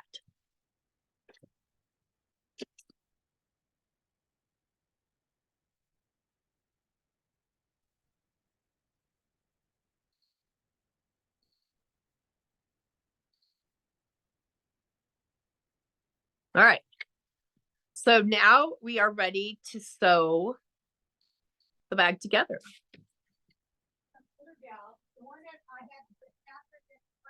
So you want to take your main fabric and put it right sides together.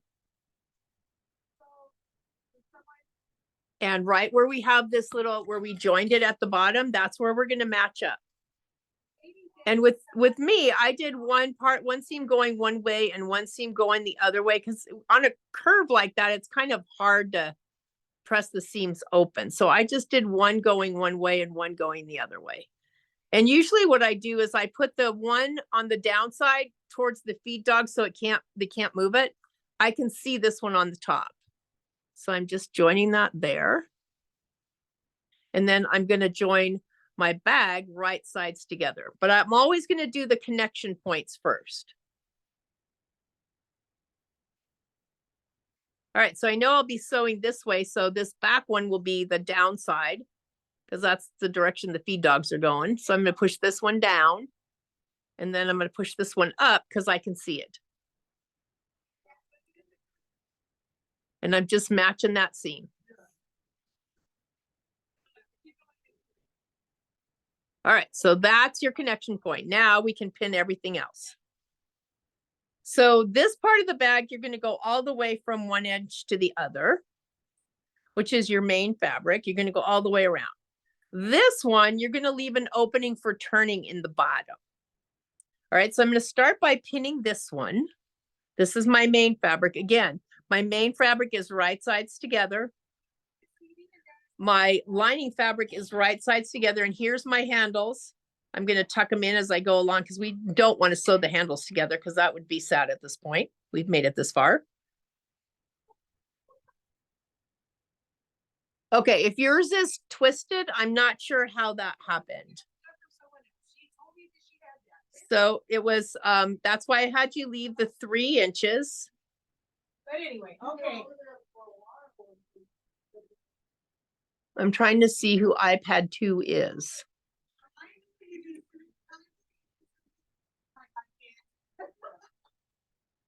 iPad 2. Oh, a couple of you have iPad 2. All right, so I'm not sure how it ended up twisted. So when we did, okay, Jean, I'm not sorry. I'm not sure how you ended up twisted. I suspect that you were looking at this picture that was on the pattern right here, and that made you twist it. But you picked out stitch. Okay. So this is just, we're just right sides together. So when you do right sides together, first of all, start out with it flat so that you know that you don't have a twist in it. Pick up those two short sides and put them right sides together. So you're going to be sewing lining to lining and main fabric to main fabric. And just kind of look at it and give it a tug and look and see if it comes out like this or if it comes out like this. Now you'll be able to see that right off when you have it pinned. If it comes out like this, unpin it and wrap it and make sure that you're just right sides together. The picture that's in here is incredibly misleading, which is why I never referred to it. It makes it harder than it has to be. So I didn't talk anything about that one. Oh. All right, so I'm making sure that my main fabric is right sides together.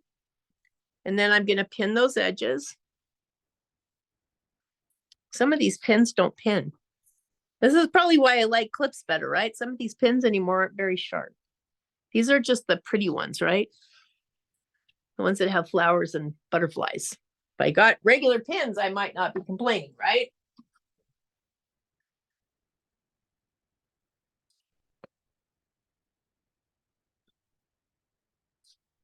So on this one, you're going all the way around because this is not, we're not leaving the hole to turn in this side.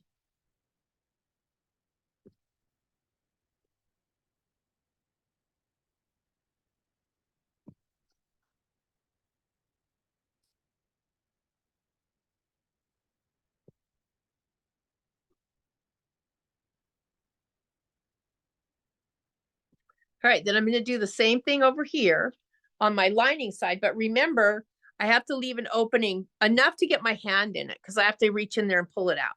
What you do want to look is make sure that your handles aren't going to be in the area that you're going to be pinning because, that would just be bad. We don't want to sew those in the seams.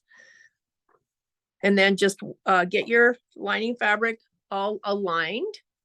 And then again, if you need a erasable marker, you can use that to draw some marks that's leaving your fabric. I always just use my hand since that's usually the size of an opening that I need. I have to get my hand in there. So I'm going to leave that part open.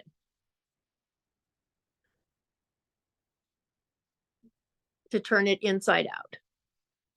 It's pretty amazing when you turn it inside out because you're thinking, oh my God, I don't know if this is right. How is this going to work?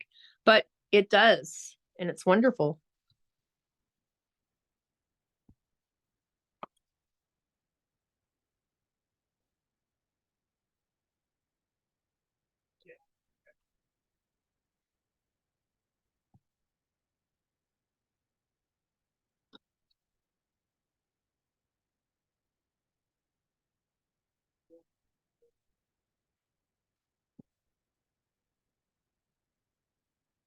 And then when you get done, this curve, you can also trim with your pinking shears. And if you're thinking, oh, well, I don't want to have to, I don't want to have to sew the seam around a curve. That's fine. You just need to be able to get your hand in there to turn it. If you want to leave the opening on the side where the seam is straighter, by all means do that. This is my lining, so I'm probably not going to be that picky about it. I'll trim over here and over here, but I'm not too worried about this. If you're worried about it not being flat, then move that. You just need an opening somewhere in your lining to turn the bag. So other than that, you can put it really wherever you want. All right. So I can feel where my handles are, that my handles are not in my sewing area. I'm not going to sew my handles together. And this is what you should be looking like now. All right, so their pictures are very deceiving because this is the picture that you get right now of something really flat. Well, it doesn't show this and it doesn't really show too much other than what's this here? And I have to leave a hole there. So, we're just going to go ahead and leave the bottom open or a side somewhere on the lining that you can fit your hand in to turn the bag right side out. And then I'm going to start over here because I'm going to start and stop where the opening is.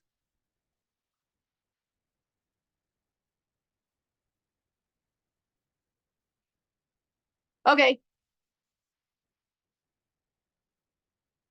All right, I'm taking this over. If you made it this far, congratulations, because that's pretty cool that you made it. All right, so I'm gonna switch out that top stitching foot now. I love these 2 feet. And the reason that I have bi-level feet, meaning one left, one right, is if you've ever tried to make straps for anything before, and you sew down one side and then pivot around when you get to the bottom and then sew the other side and then look out the back of your machine and see that your strap is twisting, it's because you're sewing in opposite the fabric in opposite directions. So when I top stitch straps, I use one on one side and then I just take the strap up to the top and I use the other one on the other side. So my top stitching is going in the same direction on the strap both ways. And the same holds true for pretty much anything. That the sewing down, pivoting and sewing up is always going to take your fabric and stretch it a little bit in the opposite direction. So trying to get that to not, twist for you is going to be kind of difficult under that circumstance. I always say the right tool for the job, right?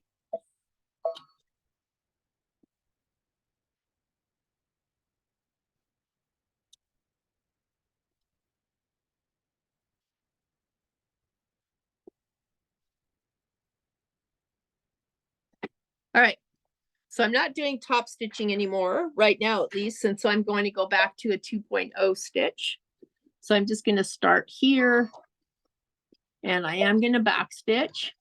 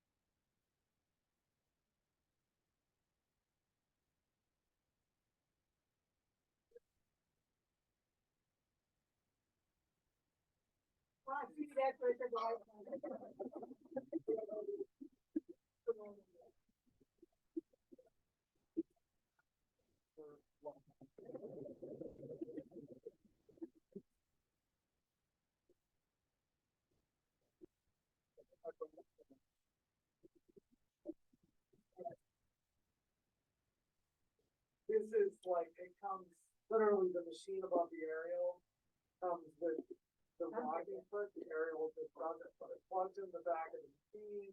It's driven totally.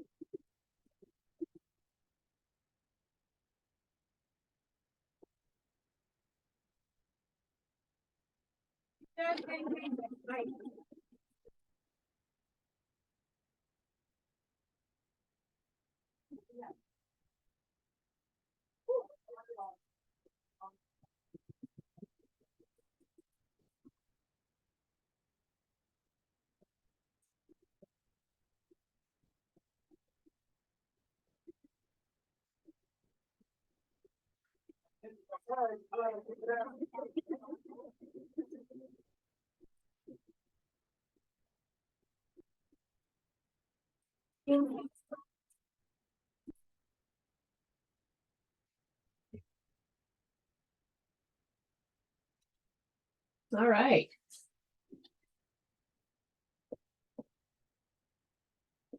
So I'm just gonna trim. Let me get the camera over here.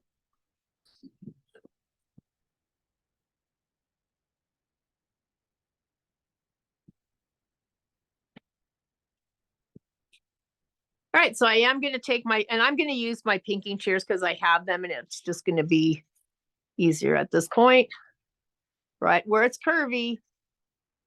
That's it, just the curvy part. Everything else will be fine. Or your snips if that's what you need to use. But just right on the curvy part, just take some of that and release some of that fabric so that when you go to turn it, it turns nicely for you.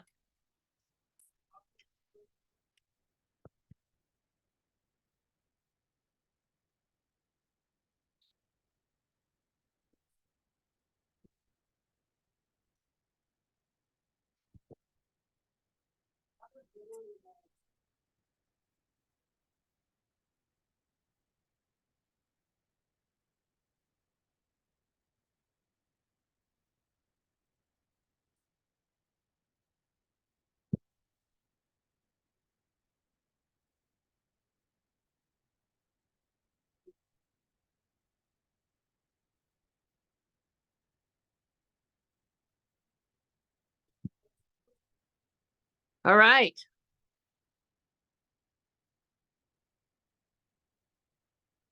I have, the only thing I did for the top stitching was just the part that was open.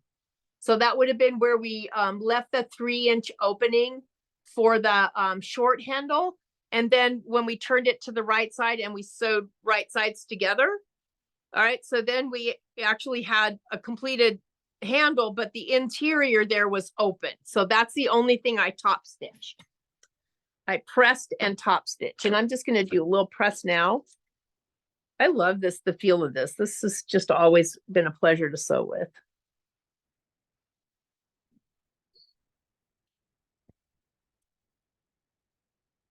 All right, so another thing you can do to make things easier on yourself is instead of waiting until this is already turned inside out, just start to give it a little bit of a press. Now it's a little bit of a curve, so it's not going to be perfect, but at least you have something to go by when you turn it inside out. And then, you know, you'll be able to match it up with the rest.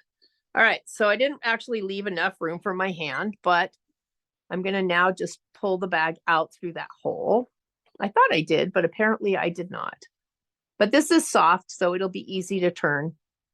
Or in the words of bag makers everywhere, we are now birthing the bag. Just the word itself makes me want to do binding. Because, right? Any of you have gone through that? That's like a terrible way to, that's a terrible terminology to give to a bag, right? But in all actuality, it's kind of true. All right, just pulling it through.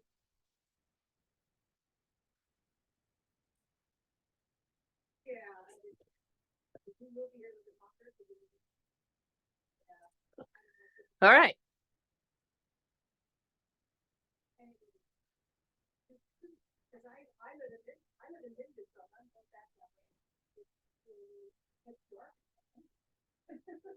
All right, so I'm just going to work this with my fingers before I press. We're not top stitching this because that's, you know, this is kind of the body part of the bag, but we are going to press it. So I am going to try to do a good job here of getting a good press. Again, over here on my seams, it's better because I actually trimmed some of that out with some pinking shears. Yeah, but we always, what did they, what time did they live? Okay, yeah. Yeah, because we have kilo and then some, yeah, kilo really, some of that's really great. You know, that, so we have a lot of those. I think we have a really good sale on that this time. not a sale, but, we have the price on the one, just in case, we get the stand up. So. All right. yeah, I thought that,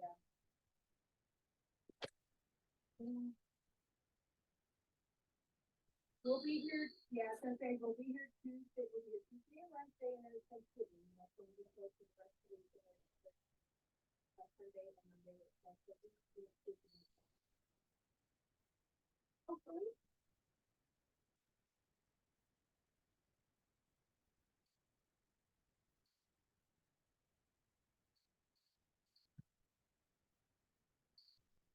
Look at how nice that is, because you did the pinking shears or the snipping.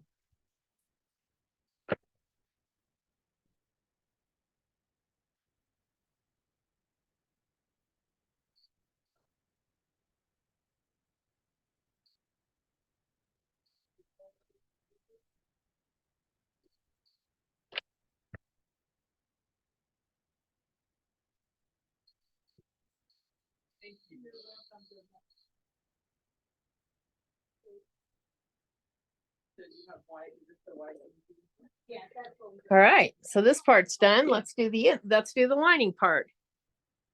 That one I can kind of get my fingers in.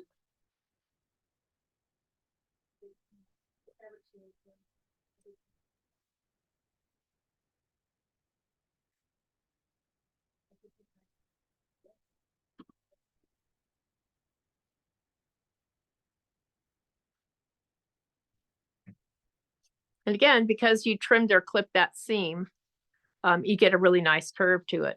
All right.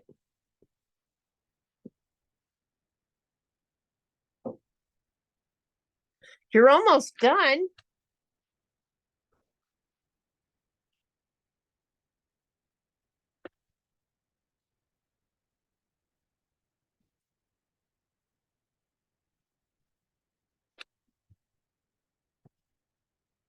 Michelle, are you signed up for any Christmas boutiques this year? You know what? I was the normal ones and I bowed out of them because I have just had a year that I have not had time to sew a lot. And, you know, my stuff is all one of a kind. I don't do bulk of anything. So I have all this time that the boutiques that I've done because I've been sewing all through the year. And then I just didn't have enough. I did a couple of new bags that are almost like the little Lululemon, you know, the cross body bag, because that's what everybody wants. Otherwise known as the old fanny pack worn in a different way. So my friend Shannon that I do it with, I don't want to lose my boots because my boots are perfect now. I finally got out of the doorway and out of the alleyway or out of the hallway into the main gym. And so my friend Shannon is just going to take my booth and spread her stuff out and get me registered for next year because it was just becoming too stressful. I just needed, you know, I just had too much on my plate to be able to do. I was being pulled in a lot of different directions. And, you know, I got a puppy this year, and that's something that I have wanted for a very, very long time. It's the first dog I've had as a real adult. And I didn't want to miss anything with that puppy because I can always sew later, right? Right, Lorraine? You can always sew later. Lorraine got a puppy this year too. So I wanted to really enjoy my puppy. And I really have, but you know, when they're puppies, she's starting to become a little bit more independent and less Velcro. But for a while she was Velcro and she's like, what? You want to sew? I'm here. I'm cute. Play with me, pet me. Let me bring you my animal. Let me nip at your heels. You know, so it's like, I could tell that, you know, that was just, I needed to do that. So I'll do it all again next year and I'll have a whole year to plan for it. All right, so this is where, thank you for asking though, that was very kind of you. This is where you should be at right now. This is actually going to go in the inside of your bag, your lining. So what we're gonna do now is close this hole. I am going to use black thread because this is my lining. If you anticipate that you might want to turn your bag inside out and use the other side, then you might want to go ahead and just use thread that matches. And I'm gonna do a very narrow zigzag rather than a straight stitch. I just feel like the narrow zigzag kind of gives it a better finish. Of course, you can always do that 4-letter word that some of you love. you know, that starts with H and ends with D, but I don't love that word. And so I don't do that word. But if you want to close, if you want to do it that way, you can do it that way as well. And you can leave it open until you have time to hand sew it later. I'm just going to go ahead and use a very narrow zigzag. So I'm going to use stitch 1-09 with a stitch width of 1.5 and a stitch length of 0.8. So this is what I have. And I'm just going to go right over the edge. And again, I'm just going to use black because this is going to be my lining, and it's all right. I'm never going to turn it right side out. So I'm just going to start, and I want to make sure that the swing of my needle goes over the side. So I'm just going to walk the first 2 stitches just to make sure I'm going the right way.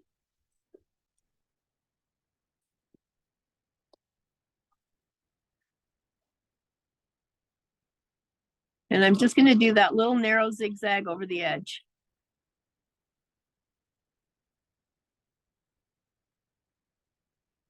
You'll hardly even see it. If I did it in thread that matched, you wouldn't see it at all. All right, and then I'm just going to trim my fluff.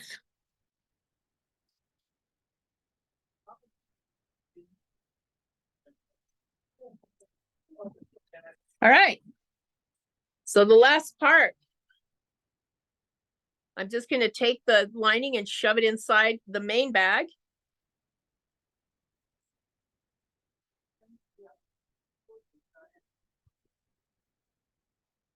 And then we're going to finish our top stitching to make it beautiful. So at this point, this is what it looks like. So we haven't top stitched yet. So we did here to close that opening. And then to use it, we're just going to slide the long part into the small loop. And then we have something we can wear around the wrist, or just however you want to carry it.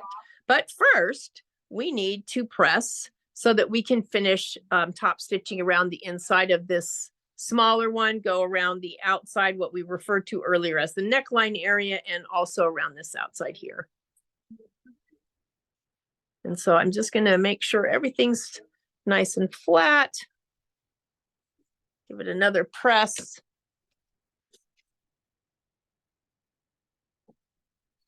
A lot of pressing for a little bag you're going to shove in your bag, right? Your handbag, right?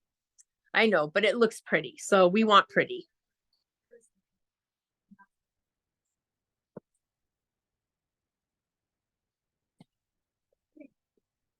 All right, so when I do my top stitching, I was really careful when I joined my seams here to put one seam going one way and one seam the other way. But you know what? If I top stitch over that, it's still going to give me problems. It's going to bunch a little bit. So I'm going to start my top stitching right here. So instead of starting my top stitching here, I'm going to start it right here. And I'm going to leave that little 1/4 inch of unstitched, because it won't get bunched up. Nobody will ever see it because it's on the inside bottom. It's on the very bottom, and it also will alleviate me getting any puckers in that area. And I'll do the same on the other side too. So I'm going to start with the curviest part, which means I'm going to do this area first. And I am going to do the same thing. I'm going to get my right bi-level foot.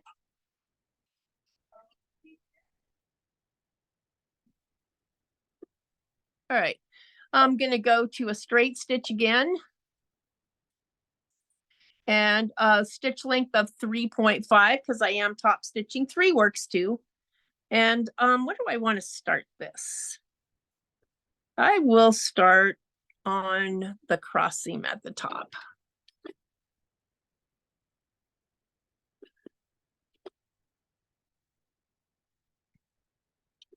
So I just have to be able to see the very first where I get the foot, the toe of the foot down on the outside. Michelle, do we remove? Go Sorry. ahead. Do we No, go ahead. remove it off the back stitch? Do we do what? Do we remove it off of back stitch? No, I don't think I know what you're asking me, Michelle. We haven't backstitched anything yet. Oh, do you mean Well, the stitch? The yeah, stitch the s- itself?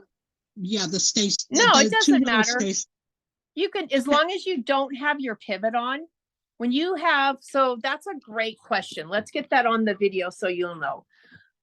If you have these two turned off, you are still in charge of what it starts with and what it stops with, regardless of which stitch you pick.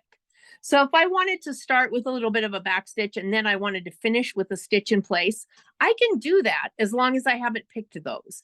If those are turned on, then if you pick a stitch that has 2 dashes, then it's going to start with a back stitch and finish with a back stitch, even if you try to push the stitch in place button. You know, that's triggering that, that is engaging that,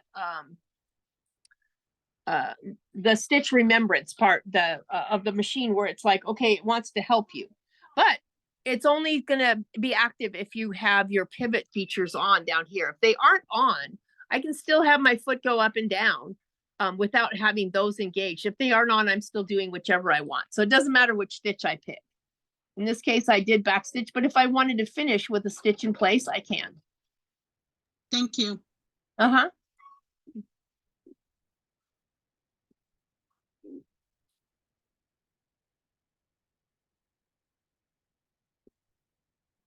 And just go slow. Get the, you know, get everything out of the way for you yourself, and just go slow.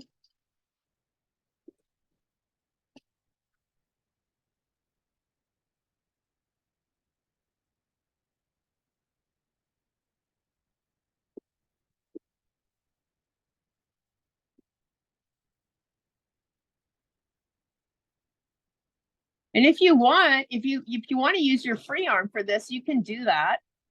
You might, I'm just used to using a straight stitch machine, and my straight stitch machine does not have a free arm. So I have to get creative on how I top stitch circles. But you could actually do this with, take your accessory tray off and use your free arm on your machine.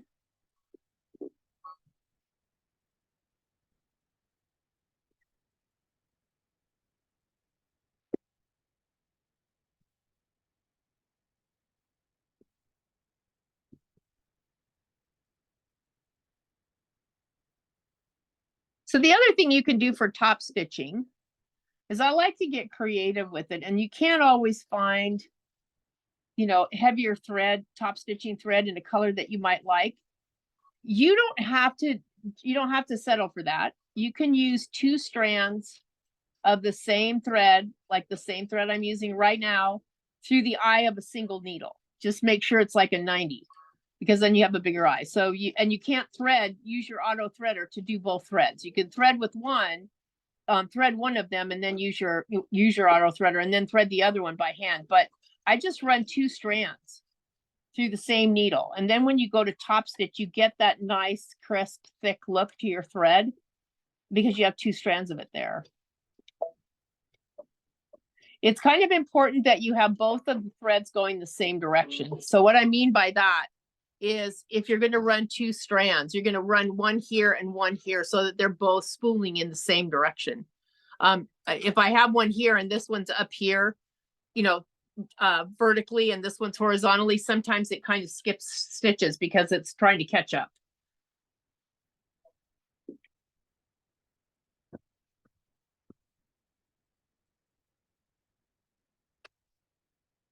All right. So for the interior here, you can pull your tray off and you can use your free arm if you want. It'll go, the large handle will go over the free arm if you want to do it that way. I'm not sure the small handle will. It might be too small. Let's give it a try. Yeah, that one's not going to go over the free arm. So but I've always just learned to turn things up. So I'm going to just turn this up. So like it looks like I'm sewing from inside out, but what I've done is just made that area flat so it doesn't have to go around. All right. So I'm going to start over here where I left off.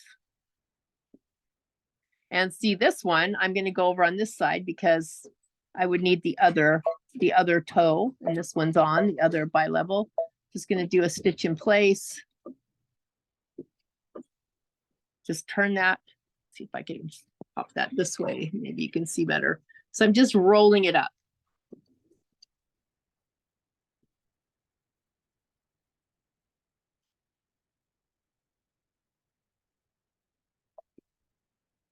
And then when I get here, where those two junctions of those two seams are, what I'm gonna do is I'm gonna do a stitch in place. I'm gonna cut my thread, and then I'm gonna go to the other side, because that way I won't get like a wrinkle in there.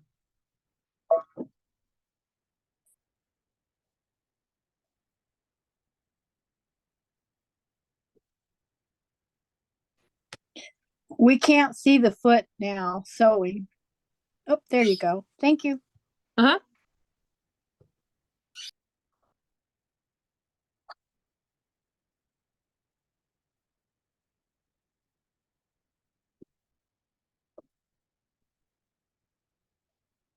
All right, let me get those little nubs. So the short handle's done.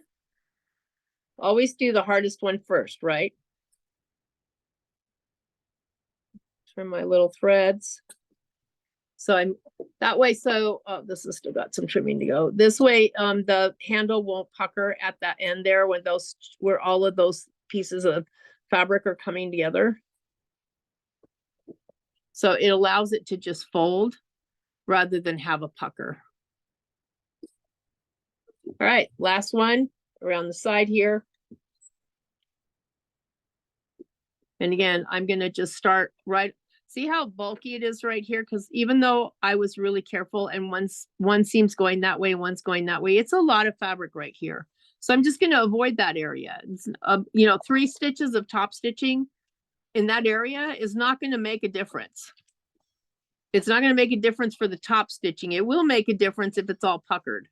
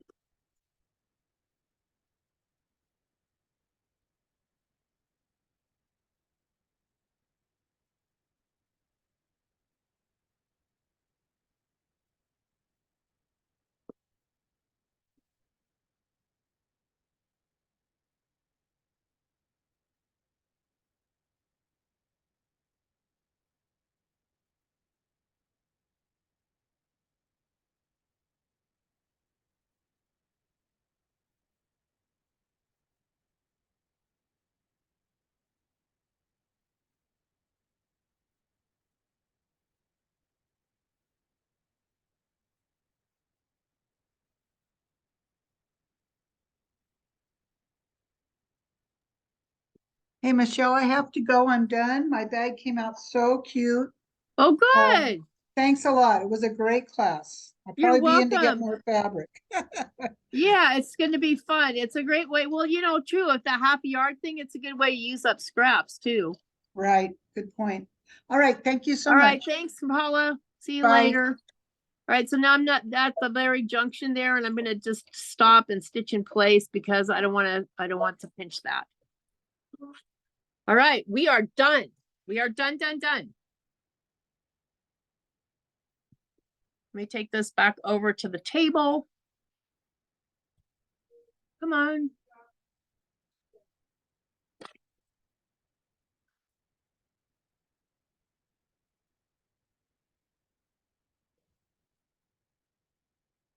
Come on. Give me the camera. Give me the camera. Come on. Okay. All right. So we're done. This is what the little bag looks like. And then to use the little bag, you take the long arm and stick it into the shorter, and that makes your Japanese knot bag complete. Did you guys have fun? I had fun. Yes, thank you. You were very clear with all your directions and explanations. Good class. Thank you. Thank you. You're welcome. Bye, everyone. Thank Very you for stitching with me today. And the Bye. other one is up. It's a Snug as a Mug on a Rug class. That's what's next. Snug as a Mug on a Rug. And I think I'm just trying to think of at least a couple more that are quick and easy before we get there. So I hope to see you all again soon. It's such a pleasure to have you all in class. Thank you for stitching with me today. Looking Thank forward Bye to the all. next one. Thank Bye. you. Bye, everyone. Bye Bye. bye. Bye. Happy Thanksgiving. Thank you. You as well, Michelle.